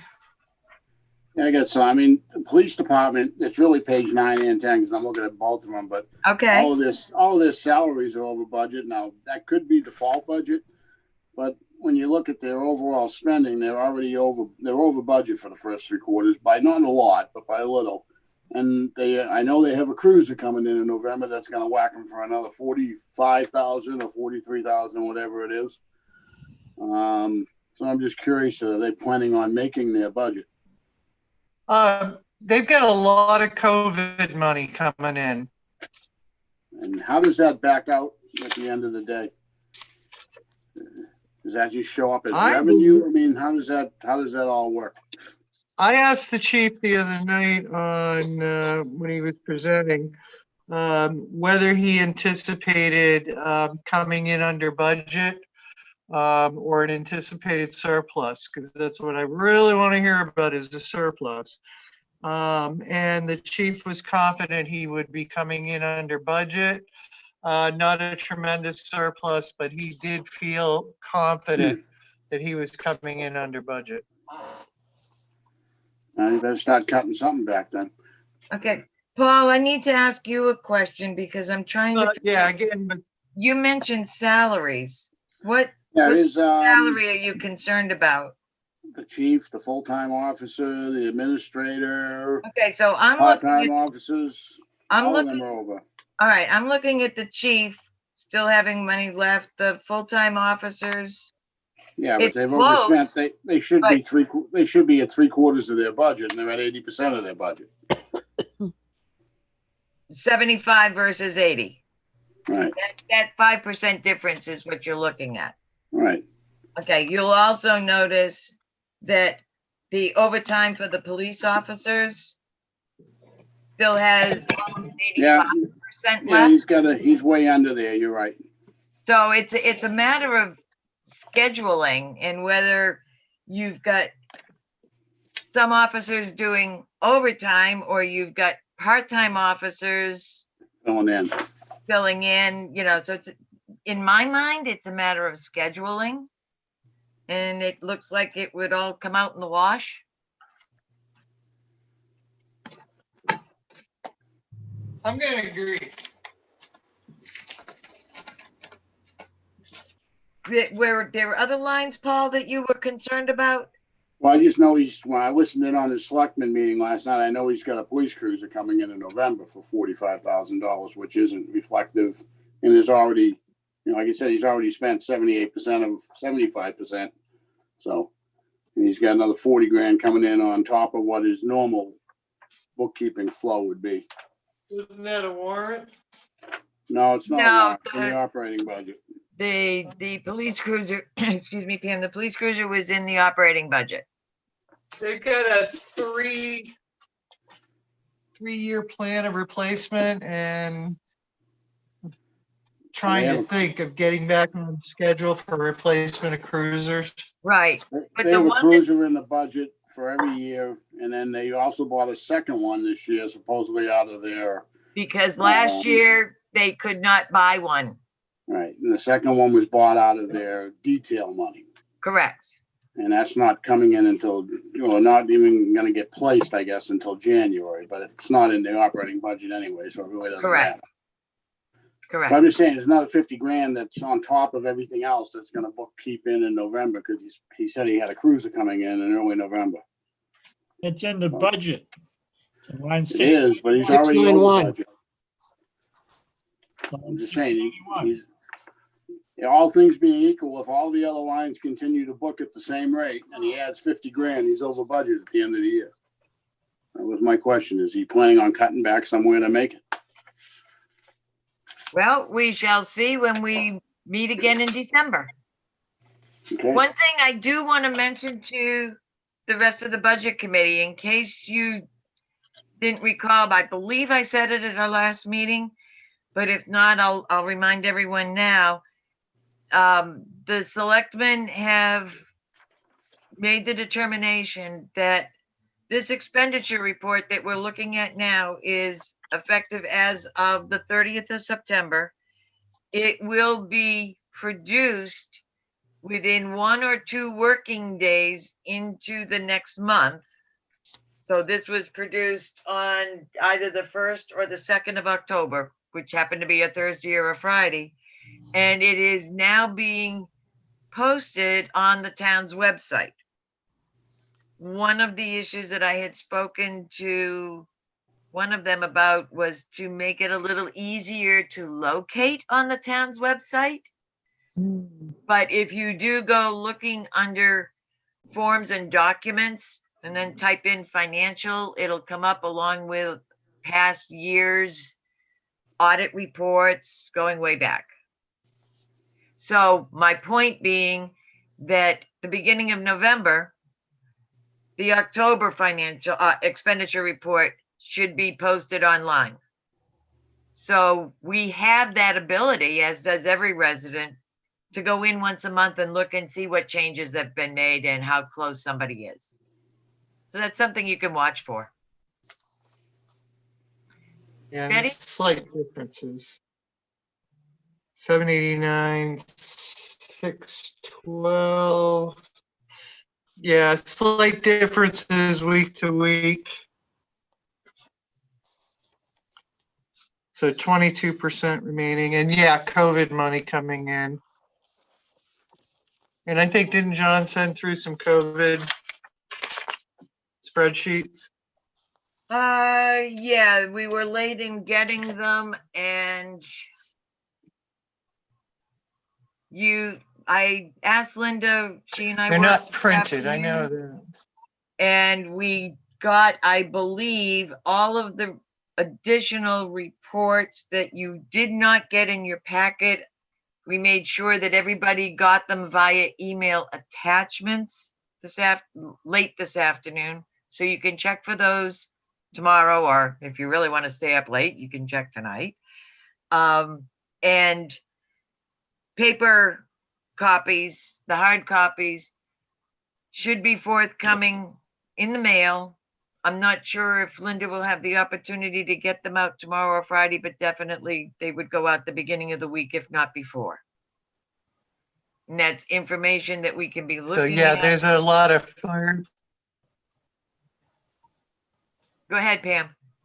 fire department and stuff is in there. There's a lot in there for both police and fire.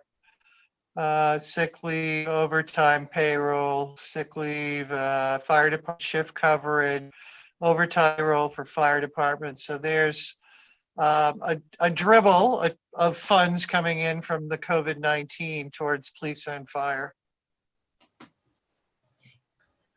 Betty, do you have your hand up again? Yeah, I was going back to what Paul was talking about. Line 691. There is $43,000 sitting there waiting for the cruiser to come in.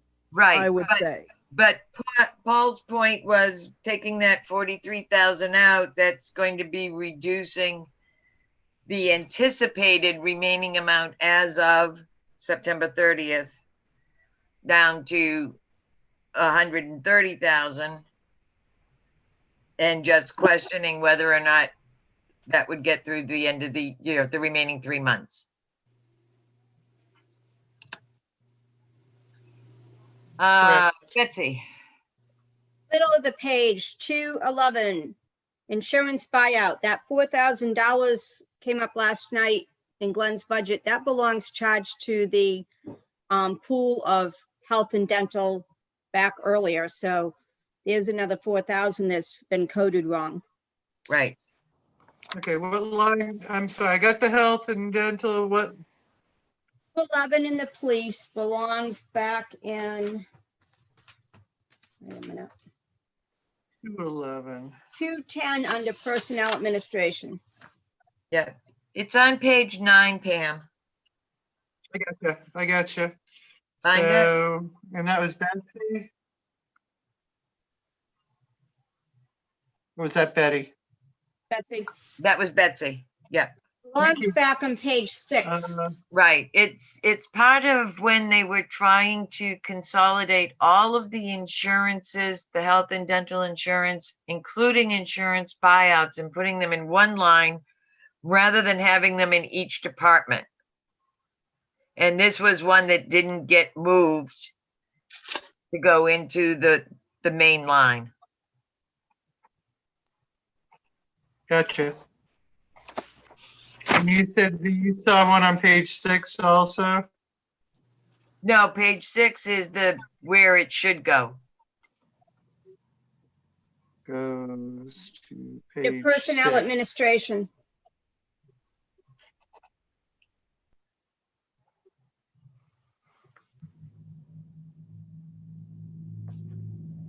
Okay, other questions on page 9? Okay, I'm not seeing anybody, so let's go on to page 10.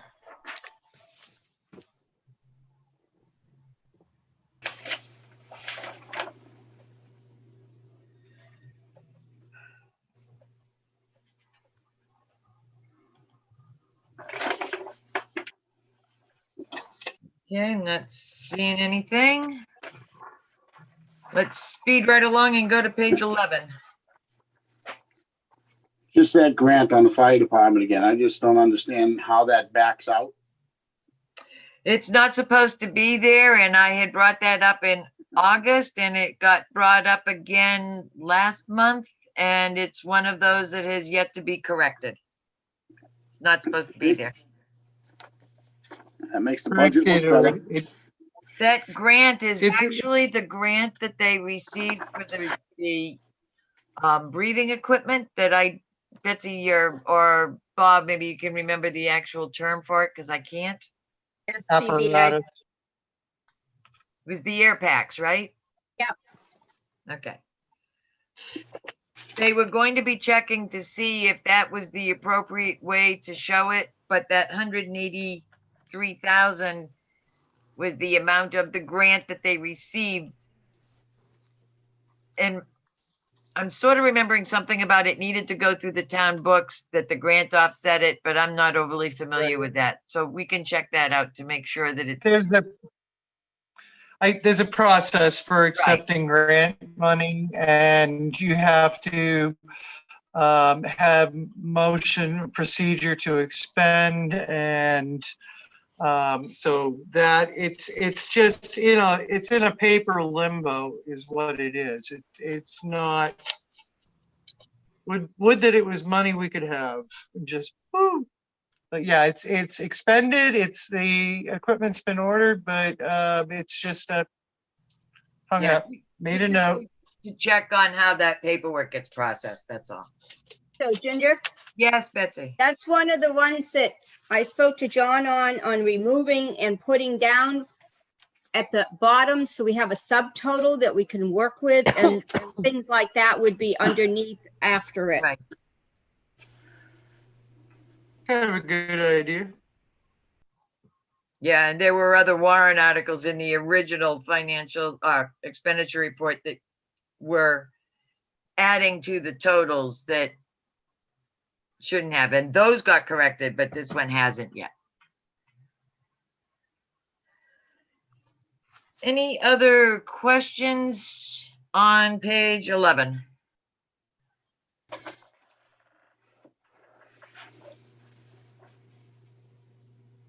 Okay, since I'm not seeing anything, we'll move on to page 12.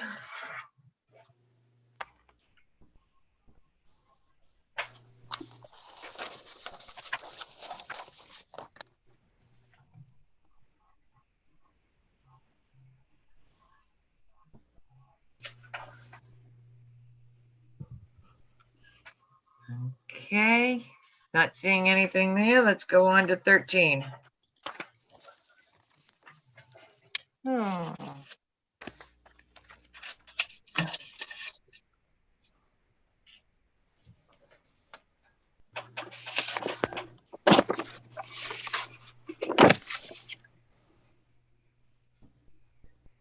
Betty?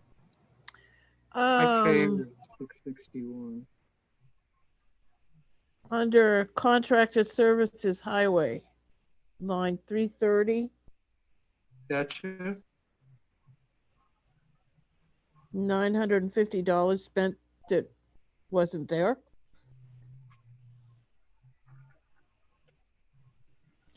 And then just below at the telephone for the highway is overspent.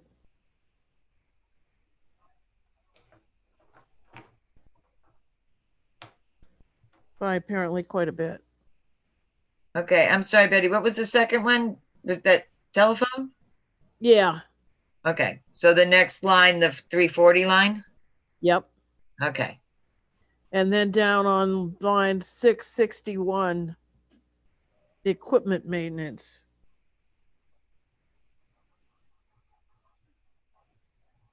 That's what was in that line in our questions, please. Yep, that's what I'm writing down.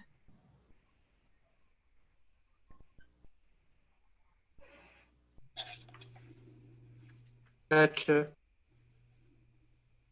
And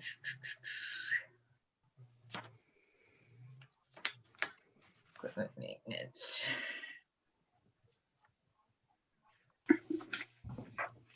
Any others? I'm writing so I can't see, so speak up.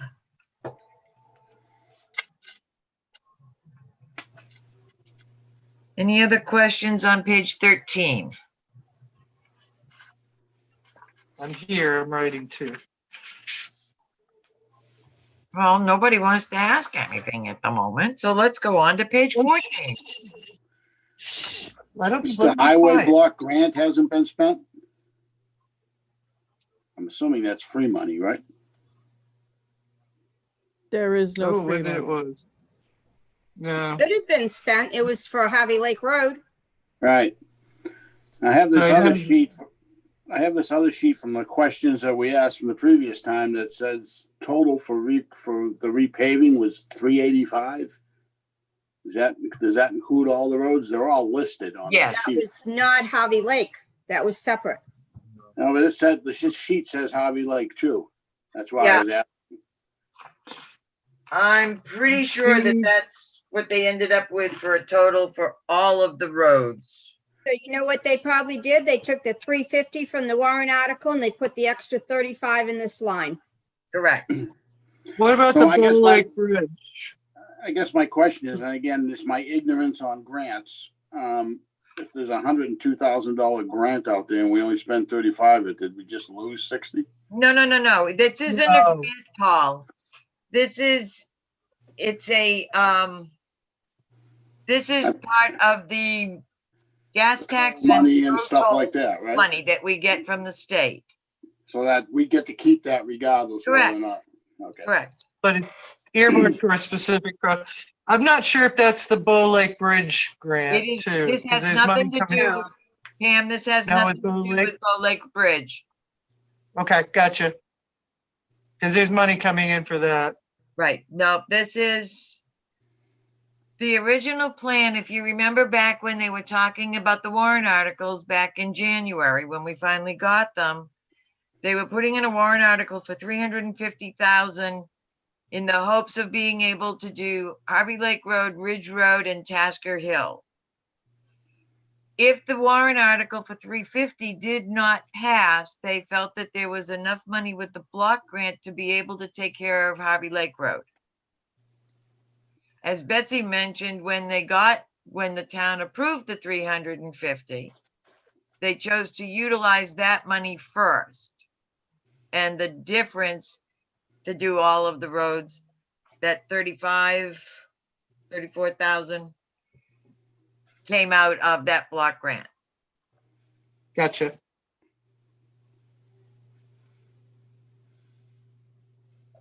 Does that make sense to everybody?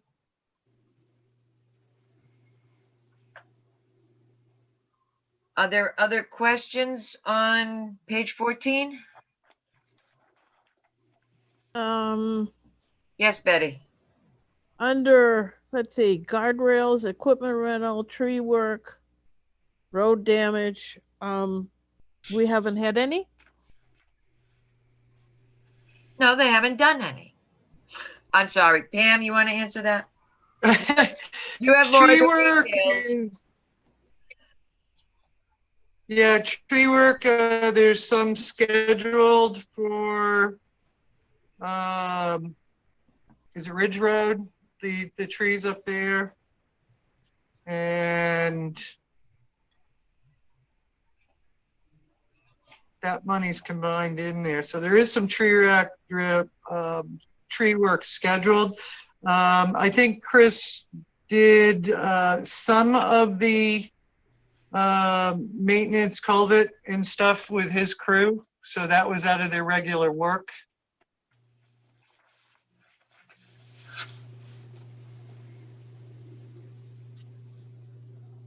And I am not an expert on all of this, but I do know that some of it is the town itself, highway department, doing some of our own work that we might have contracted in the past, such as the culverts. Paul?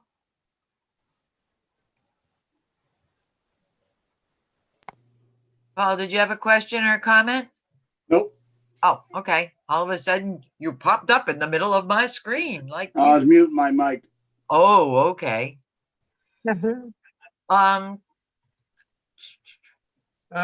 Keep the questions coming, Paul. Yeah. I appreciate them. Okay, I'm gonna toss in my 2 cents worth from what I recall from past meetings. The culvert work that was done were the culverts that needed to be repaired on, there was one on Harvey Lake Road and 3 or 4 on Ridge Road. Yep. I believe that's what the culvert work was. As far as the tree work is concerned, there was tree work that they were hoping to get done prior to Ridge Road and Paving. Tasker Hill being the new work done on them and the coating, and that did not happen. They know which trees need to come out, and now it's a waiting game to make sure that the fresh new top does not get damaged when they bring in the heavy equipment to get down those big trees. So they haven't determined, they know it needs to be done, but to the best of my knowledge, it hasn't been determined whether it'll be done this year or next year. A lot did it the depends other on the night. weather and the condition of the road. Chris has the go-ahead, and the question is the fellow that bid beforehand, whether or not he could schedule it in like in November. So the go-ahead's been given. It's just a question of the tree person being able to work it into the schedule. So any other questions on page 14?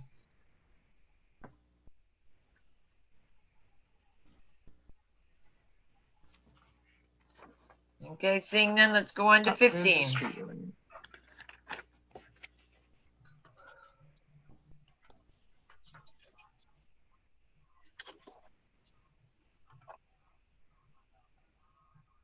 I'm not seeing anybody jumping up. Are we on a roll? Let's go to 16.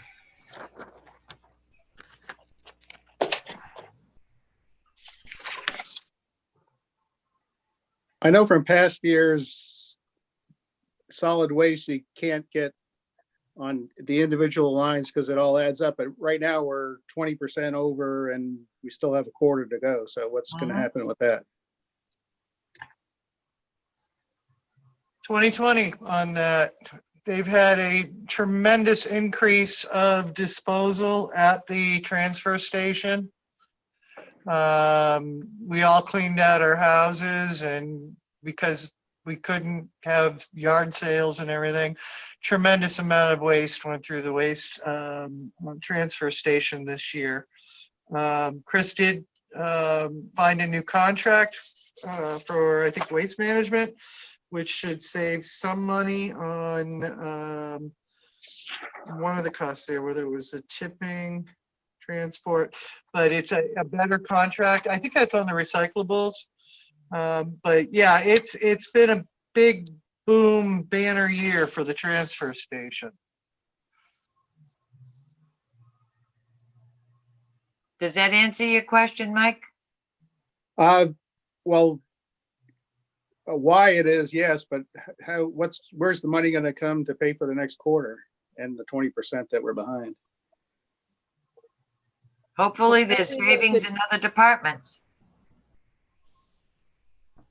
Maybe they could throw it all into the furniture disposal. There's still money in that line.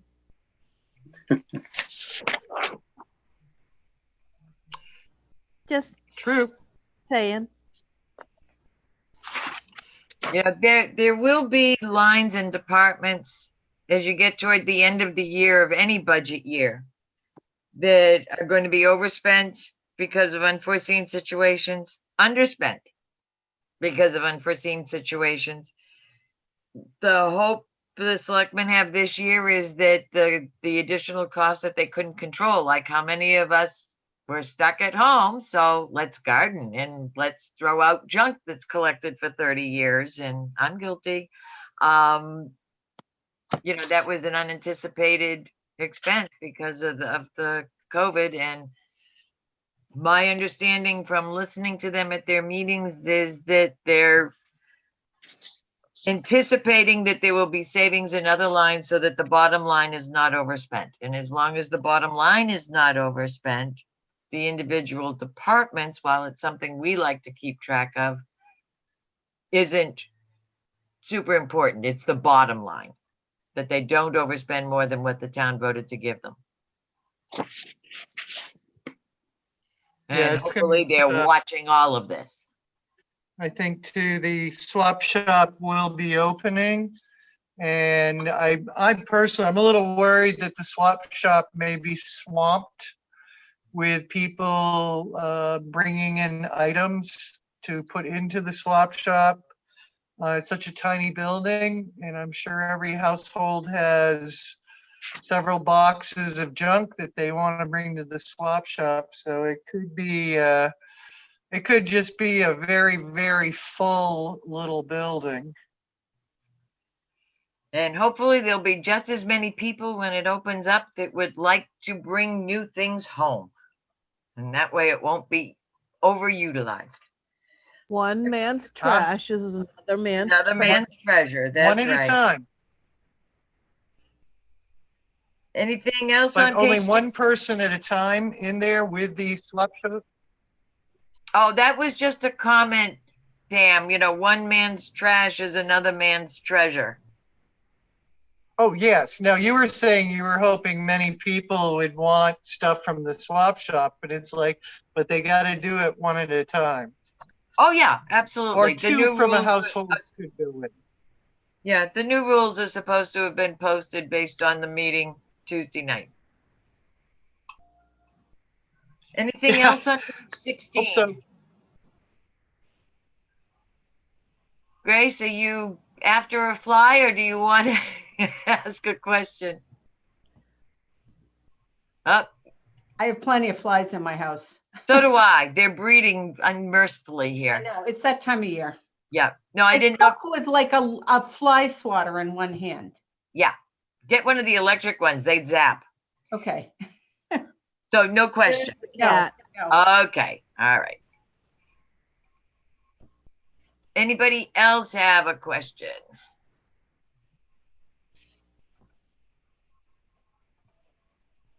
Okay, not seeing anybody else raising their hands. Let's move on to page 17.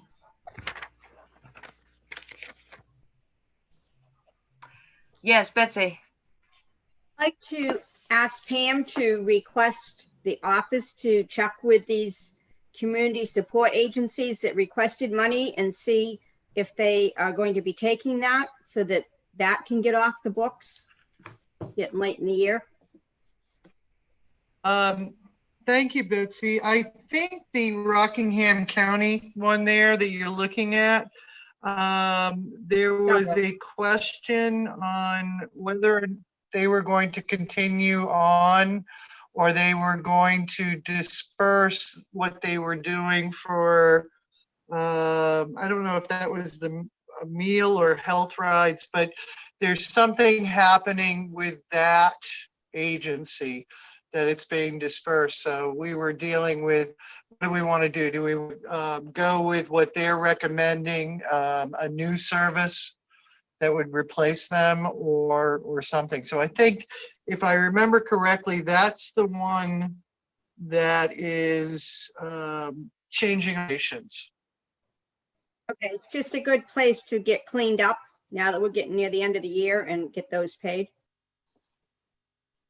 And Yeah, I'm I going to think- jump yeah, in that- here again, based on my past experience with this. And Bob, please feel free to correct me if my memory is wrong, but those amounts that we're seeing under the community support agencies are amounts that were requested Requested. of us from those agencies based on the previous year's services that they provided.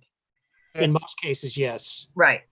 And it had been past practice, and as far as I knew, that they were not dispersed until they were requested, even though they had given us the indication, as example, the Rockingham County CAP, the 9228, we would not just send that to them, even though that's the amount that they requested from us, until they sent us a request for that. Now, maybe things have changed, and it certainly wouldn't hurt to give them a call and just remind them that they got some money here if they're interested in it. Right.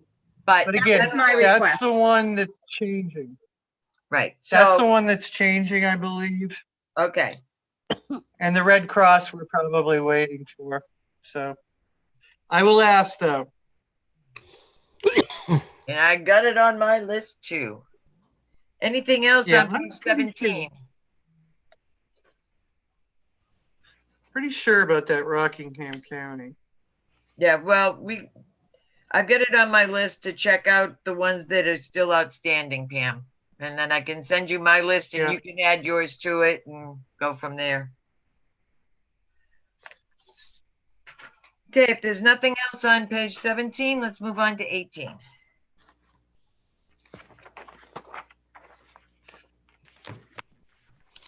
Oh,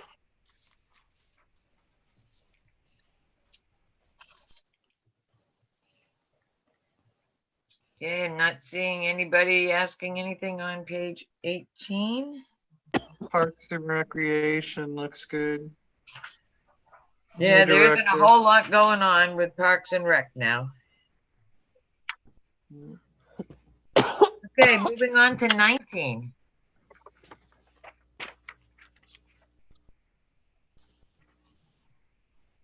Well, I bought books at the library, so they've got money.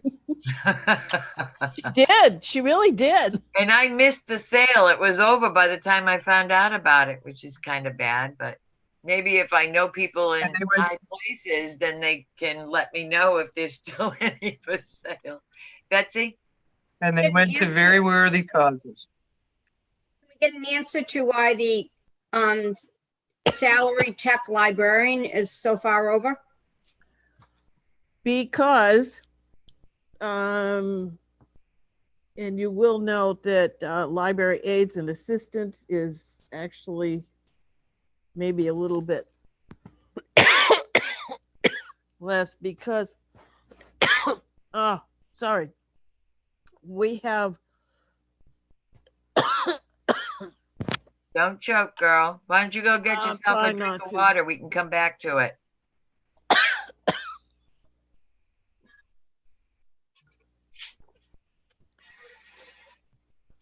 okay, let's see if I can get through it now. We have a tech assistant who it had been under aides and assistants, and it's a whole different thing. So it was coming out of the tech librarian line.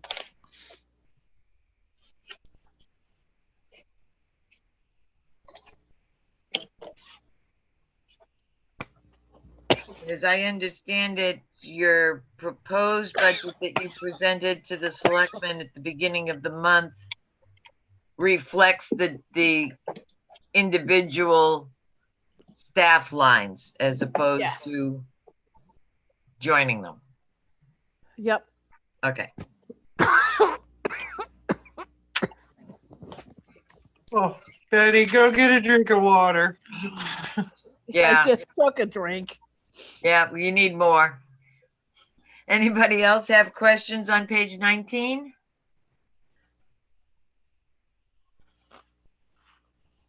Okay, seeing none, let's go to 20.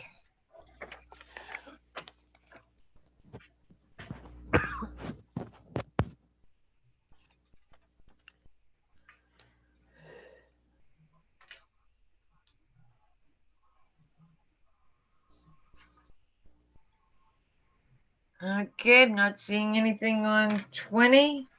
Ta-da, we're on page 21.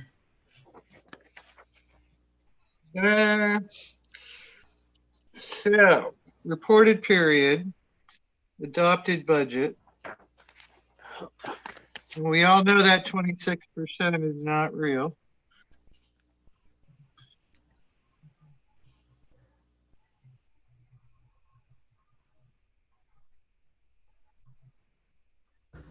Betsy.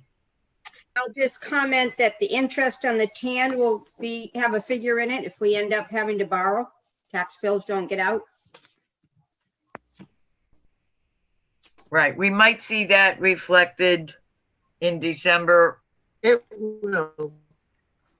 I hope not, but We'll hope for the best. Other questions on page 21? Just don't be surprised.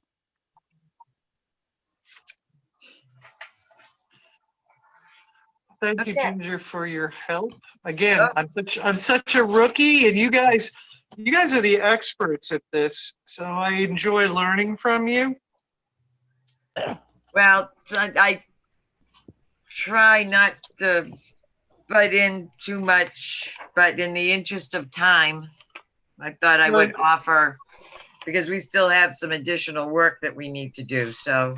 Yeah, I appreciate it because there's so much going on at Town Hall that the nuances of every line do escape me, so forgive me for that.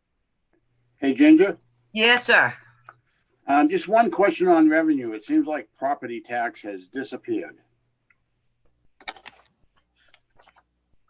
I'm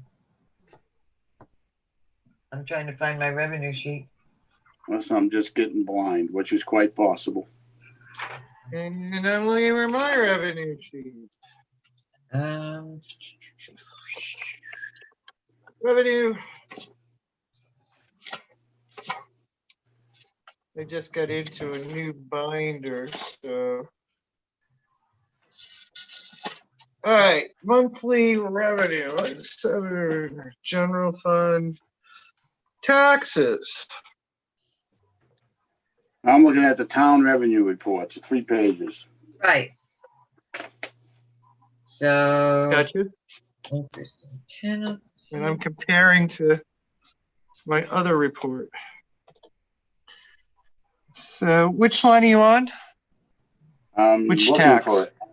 Well, Property I think he's looking for the monies received for property taxes. It's not there. And you are correct. It is not here. Everything else is. I've got tax collector and town clerk. Yeah, but those are, Selectmen interest. that's the That's bad not tax there. fees, the filing fees. That's just the, But that's like not- the selectmen report. So it's a lump sum.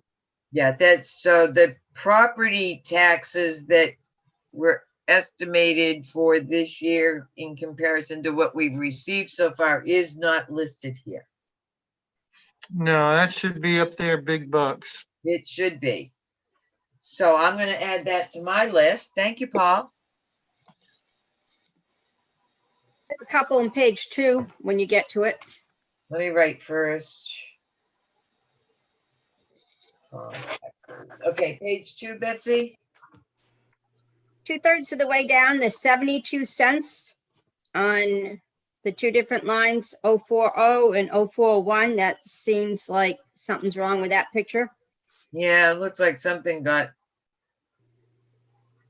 put to the wrong line. And I also question the last 2 in that same section, the 300 and the 500. So probably a good idea just to check and make sure but 72 cents twice, that seems a little strange.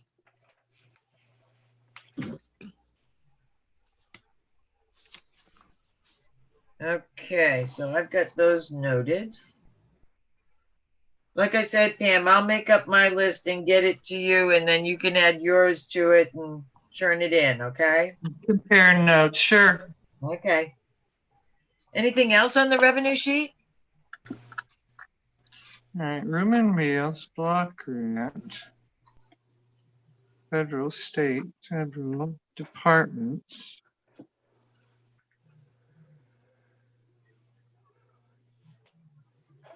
Yeah, no property tax. Right.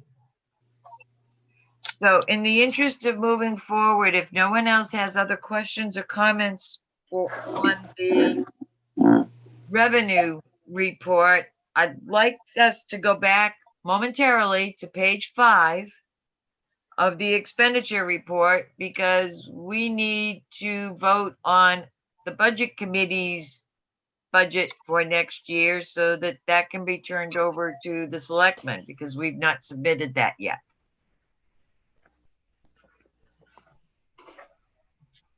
Well, I think you get way too much money right off the bat. Careful, girl, we're the budget committee.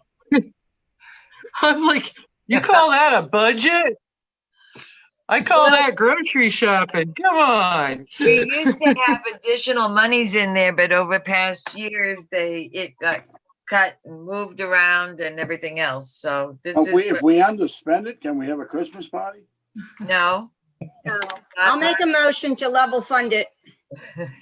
Okay, we have a motion to level fund. Do we have a second? Second. Okay, Do you need postage? we usually use postage and Linda's usually the one that does it. That would be At a this question I point- would ask. I know, at this point, for the $150, we can always utilize that for additional training. This year, we still had a little bit of money left toward that we could have used toward municipal association seminars and what Right. have you, because I was concerned because of my knowledge, having gone to the budget sub meetings, I was concerned about the bottom line, so I took care of my own. There were 4 or 5 others that attended the same budget seminar with me, which was virtual this year, since we couldn't Yeah. get together. Me personally, I'd rather leave that 150 in there so that we do have additional monies for additional training. And at one point, if you remember, we were talking about trying to get someone from municipal association to come to us to do a training seminar on some specific things. So for me, I agree with the motion on the floor that let's level fund it and be done. Okay. Anyone So I else? won't be asking, I'm sorry? I won't be asking you that question. I won't ask you that question when you come before the board. Okay, See a hand raised? I see a hand raised. yes, whose hand is raised? My question or my suggestion would be, because we know that we've been harping about postage in everybody else's budget, all the department budgets. Yeah. And I'm wondering if right now, I mean, we level fund, but we take and put $1 in there and put the rest of the And put money the rest into of it training. Into training. That way, when Excellent. you go idea. before the board, you actually have an Right. explanation. Does that make sense to everybody? It does.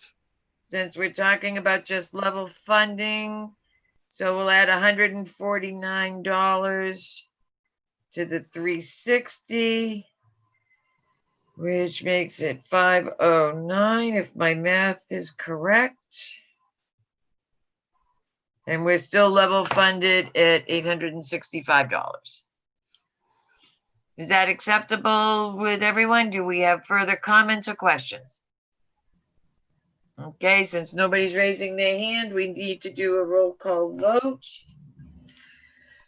So Pam, Yes. okay, Bob, Yes. Brian, Yes. Mike, Jobin, Yes. Betty, Yes. Betsy, Yes. Grace, Yes. Mike Moore, Yes. Tom, Yes. Dan, Yes. Paul, Yes. Eric, Yes. Ted, Yes. Brad, Yes. and yes, so that's unanimous. Okay, so I can get that to the selectmen so that they're aware of that. Some housekeeping that we need to do. A couple of things. First of all, during the meeting tonight, we've kind of alluded between Pam and myself about additional reports that had been requested and we received later than hoped for, so they didn't come out in the package, but please check your emails in sometime in the next day or so, because you should have additional attachments for other reports from both the town and the school. I would also like to recommend, please, everybody who has not watched the YouTube or the live stream, whichever one ended up happening for the last 3 selectmen's meetings. That would be for the 6th, the 13th, and the 20th. On those nights, different department heads presented their requested budgets for next year. I believe there are still 2 departments whose information that was provided to the selectmen did not get to you yet. I'm working on that tomorrow to make sure you get it. Once you have it, then please review those meetings so that you can follow along, see how it was presented. I certainly came away with a lot of additional questions that were not asked by the selectmen, and our goal, because we're going to have to be virtual on our work nights. There's no way we're going to be able to utilize the school on weeknights. There are enough that feel more comfortable not going into town hall right now, which I totally get. But I also know that the sound system is not conducive to being able to hear well. So as many questions that we can come up with based on the presentations, we can get answers so that we'll have them for that first Saturday in December. And it may be that some of our questions will be moot because the selectmen will decide that they're not going to go along with this request or that request. But if we get the questions in early, they can get the information back to us, so we're not wasting time and extra meetings because we've got questions that a department head isn't there to answer or that Pam can't answer. Nothing against you, Pam. We run into this every year. The selectmen's reps quite frequently do not have the answers when we ask them on those days. That just It's true. tradition. So please do your homework for us so that we can hopefully get through this in a minimum number of meetings and not be working into January as we did last year. COVID will make it a little tougher, but if we can do some homework in advance, I think we'll get done much sooner. Let's see. We did our request. Okay, our December meetings. As Brian had mentioned earlier, I had asked Town Hall who would be responsible for checking with the school to see if we could utilize the gym, and I was promptly informed that it was me. So I contacted the interim superintendent as well as Brian. They ran it by the board. The board agreed. Tom Chase and I, as vice chair, are going to be meeting sometime in the next, hopefully, couple of weeks with the administration down at the school so that we can come up with a plan as to how tables will be placed, how electronics, microphones, etc. Mr. Robert, who is the tech person down at the elementary school, is willing to work with us so that we can have our 2 Saturday meetings. As you recall, we've only managed to finish on Saturdays a few times. We generally have to meet nights as well. So the dates that I'm proposing, because remember, December is Christmas time. Let me get my calendar back down here again because I didn't write them down. I've just got them in my head. So we're meeting December 5th, all day, 9 to 3, with a break for lunch. Oh, thank you, Linda, for the town. The following Monday and Wednesday nights, if needed, would be work sessions virtually to try and finish up the town. If we don't need them, terrific. But we need to book them so that we're all aware of them. The following Saturday, the 12th, would be the school's initial working plus the 3 districts, the Water District, Coveway, and the Gulf. We'll do those as we did last year. The school took less time than the town with all of the different departments. If we're unable to finish with the school and the districts on Saturday, the 12th, we have the following Monday and Wednesday nights, which will be posted for town or school or any of the districts or snow dates, because we're getting into December. Excuse me. I think Betty's cough is extending to me here. Do we have any comments, questions, suggestions? Again, we're trying to look at past practice and how we've done this in years past, and I am really hoping we don't have to go into January, that we can get it done by the 16th. Quick question to kind of recap from the emails that went out for the Saturday specifically. Is that absolutely going to be in person in a large place? No virtual acceptance possible? Correct. That's going to be down at the gym at the elementary school, which is where we usually have the district meeting before voting. It's a very large room. There will be sufficient room for all of us to be 6 feet apart. Tom and I will be working with Mr. Robert to make certain that we all have our microphones.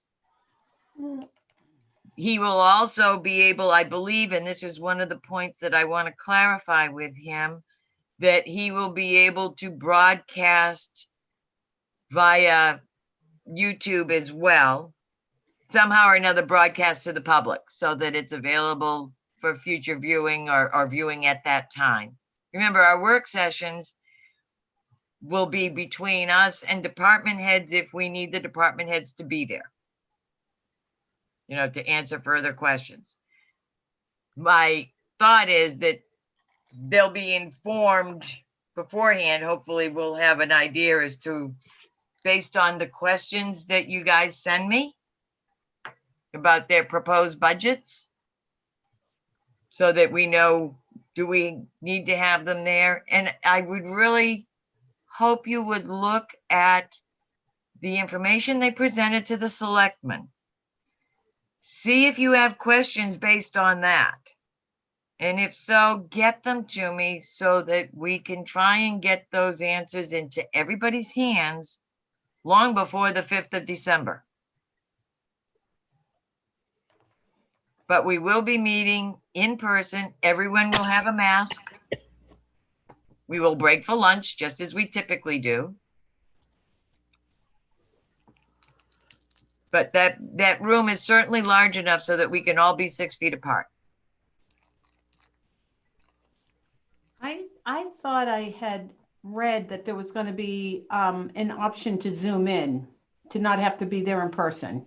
That's if we were going to have it at town hall. But okay. I did a survey through Linda. Yeah. And there are a significant number of us who are not comfortable going into town hall because of the size of the building, the size of the room, and being able to maintain distance. Yeah, I'm concerned about even going into the school. I mean, I'll look at the state of the virus around here at the time, but I can't promise I'll be willing to be inside with people. I don't know where they've been and what they've been doing. So I understand. I understand. And that's one of the things that Tom and I had started to talk about, and we'll research that with Mr. Robert as far as ability for someone to be able to interact virtually. And that's kind of where I was going with my statement as well, with what Grace mentioned. I'm one of the younger guys on the budget committee, but I've still got some very high risk family members. And regardless if it was a small building or a large, I thought my response to that survey was I was going to take it day by day. I thought that was still acceptable, which is why I presented the question a minute ago. Okay, so Ginger. let me ask everybody, since I've got you all here right now. I know Ginger, that Grace feels, I'm sorry, is that Linda? Ginger, Yeah, Linda, can I make a suggestion, please? please do. There may be an option, well, first of all, I'd like to thank Susan. She was the one that put the calendar up for everybody. Not me, but, there is a possibility it could be on Zoom as well. And, just have people on the budget committee being the only ones who have the, access to it. Yeah, if I could chime in too for a moment, Go ahead, Brian. we've been running our school board meetings hybrid. We've had some people who haven't, school board members or others who haven't been able to come in for a while. So I know Mr. Robert is familiar with that technology to make that happen. It's a matter of the location being in the gym compared to in the library where we do our normal meetings. But I can't speak for him at this point, but my assumption is if that's a request and you get it to him early, he can make it happen. He's been pretty adaptable at trying to meet the needs of the school board, through this whole situation. So Perhaps a smart board could be moved into the gym, maybe? yeah, and there Still have a may portable be, one? right, there may be a quick, easy solution already in place. I don't know because we've always been in the library, but I know that they've had overflow rooms in case we couldn't fit people 6 feet apart into the Right. library and stuff. So I'm sure that if with enough lead time, he can find a solution. Okay, Betsy? I think in order to be fair to everybody, they should have a choice whether they want to be there or not for whatever their reason is. We don't need to know that. Oh, But I absolutely. think it needs to be the possibility with what's going on. Absolutely. And that's what I was referring to when Tom and I can get our meeting in with the administrators down at the school to go over all these fine details. I don't think it'll be an issue with Steve. Can I recommend something? Certainly, Pam. That you try out an audio check in the gymnasium beforehand, so you don't run into what we do at town hall with the terrible sound quality because of the big room. It's better on live stream, and Steve could do that. It was the YouTube they had the trouble with. But Yes. we can go over all of that with them. I'm really hoping to connect sometime next week or if necessary, right after the election. Thank Maybe when I God for go in Bob to help Young. clean up after the election. I don't know. What Bob Young says, I listen to. Oh, absolutely. Absolutely. And that's why I had asked Linda to canvass everybody who felt comfortable coming into town hall once the number was approved that would accommodate us all if we all chose to go back into town hall. So that I'd have a feel for how many of us were comfortable in person, how many of us would rather not be in person. So Tom and I will get all of these questions answered, hopefully in the next week or two. And as soon as we can get everything pinned down, Linda will help me send out a blast email to everybody. I write it, she sends it, because I don't have everybody's email on my computer. And some days I can't get into my computer. So, but we'll let everybody know as early as possible. But as long as you understand the dates, whether it's you're attending virtually or physically. Betsy? I have another point to bring up. Normally, we start at 9 and we go to 3 with the option to go to 4. If you've got to go with the effort to set that gymnasium up, you might want to consider a shorter lunch and go to 4 to get more done if you need it. It's a lot of work to setting that place up. True. And I got to help break it down afterwards. And nobody's going to lunch anyway, probably. Yeah. At least not to a restaurant. No, but home is an option. Yep. Yep. Well, But you might. for those of us who live at the other end of town, I support your idea of having a shorter lunch. And if which precludes my driving to the other end of town to eat lunch at home and then come back. So I would certainly make arrangements to either bring my own or, order takeout from Cooper Hill or something. Those are options. So I appreciate your suggestion that we optimize our time in that facility. So what's the general field? Normally we have an hour. Are we talking reducing that to a half hour? Just to get a general idea, guys. Yeah, I can live with that because if, you bring a sandwich and a soda, how long does it take to eat? When I was working, we only had a half hour lunch and that encountered to go down to the cafeteria to get it. So, yeah. Co-Brown has 20 minutes. Oh, wow. Then we're older. We need the extra 10 minutes. So. Right. And that involves coming from their class to the dining room and then back again. And then back to the class again. Right. Okay. So are we looking at starting at 9, a half hour lunch when it's appropriate to take that little bit of that half hour and going until 4? Yes. Why Do I not have start any earlier? objections to that? Why not start earlier? That's an option as well. Out at 8. Yeah. 8 or 8:30? Because understanding that I got to get this confirmed with the school starting that early as well. The times. I'm assuming that they'll be fine with it, but I don't want to be committing until I find out that we can follow through with it. Well, their usual start time, I think, is earlier. So it is, but we're talking about a Saturday. I will suggest 8:30 to 4 with a half an hour lunch and maybe a break in the morning and the afternoon. And we would have a break in the morning and the afternoon. And we will have, for those of us who attend in person, the selectmen will be supplying coffee. Good. Hey. They will not be supplying muffins or donuts. Therefore, plan on bringing your own. And Madam Chair, may I suggest for the people at home, you can still be in your jammies and you don't have to do anything. Well, if you entice them with that, Dan, then Tom and I will be the only ones showing up at the school. Well, Very good possibility. I plan on walking into the school in my pajamas, just so you guys know. You're going to come in your jammies? Good, Brian. I want to see that. What about the selectmen delivering coffee for people who Zoom in from home? Don't count on that, girl. Pam, you can pass that along. It's got to be some benefit for showing up at the school. Yeah, I agree. All right. So does that sound, Brad, go ahead. I think you were on a path earlier. I thought you were going to poll those of us that are here tonight to see how many were actually willing to come in person versus virtual.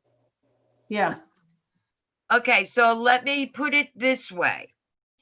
Those of you who responded when Linda asked that question, have any of you changed your minds about being in person or being virtual? No. I'm not sure you were talking about the larger venue at the time. Right, exactly. So there are some of you who aren't comfortable going into even the larger venue. There are some that the idea of being able to do the meeting in their jammies sounded very enticing and may decide to do virtual versus going to the meeting. I'm just wondering, I have the list of your responses so that I'm not getting involved at this point. I don't remember how I answered that. But Ginger? I can tell you in a moment. Yes, Betsy? In either size venue. I think it's a hard question to answer right now. A lot of people are going to be looking at the numbers and what happens between I now and agree. I'm just trying it based on today. If those of you who responded that you were comfortable going into town hall, I would presume that you would be comfortable going into the school. Maybe that's a wrong presumption. By the same token, I would presume those of you who were uncomfortable about going into town hall and would prefer to do virtual may still feel the same way, even with the larger venue. What if you poll people the beginning of the week beforehand, then you'll know for setup. Well, I'll know for definite, but it would kind of be, well, we'll figure out how we doesn't can matter. arrange tables, assuming that most of us would be there. I heard indirectly from two of you that you would rather be virtual, so. You can I add- think that you and I ought to meet with Steve Robert and see what he thinks about meeting in the gym and those issues, and then get back to the board via email and Right, poll people at that point in time. spoil when we people at that see- point.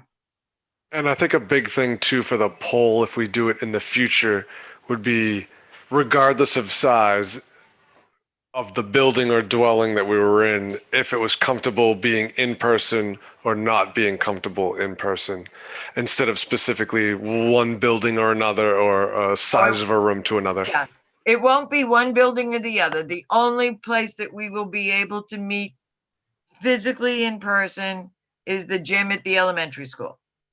It's that or virtual. So those Monday and Wednesday nights, we're meeting via Zoom, just like we are now. Because we can't go back to the school until the following Saturday. So does that make sense to everybody? Yep. For sure. Okay.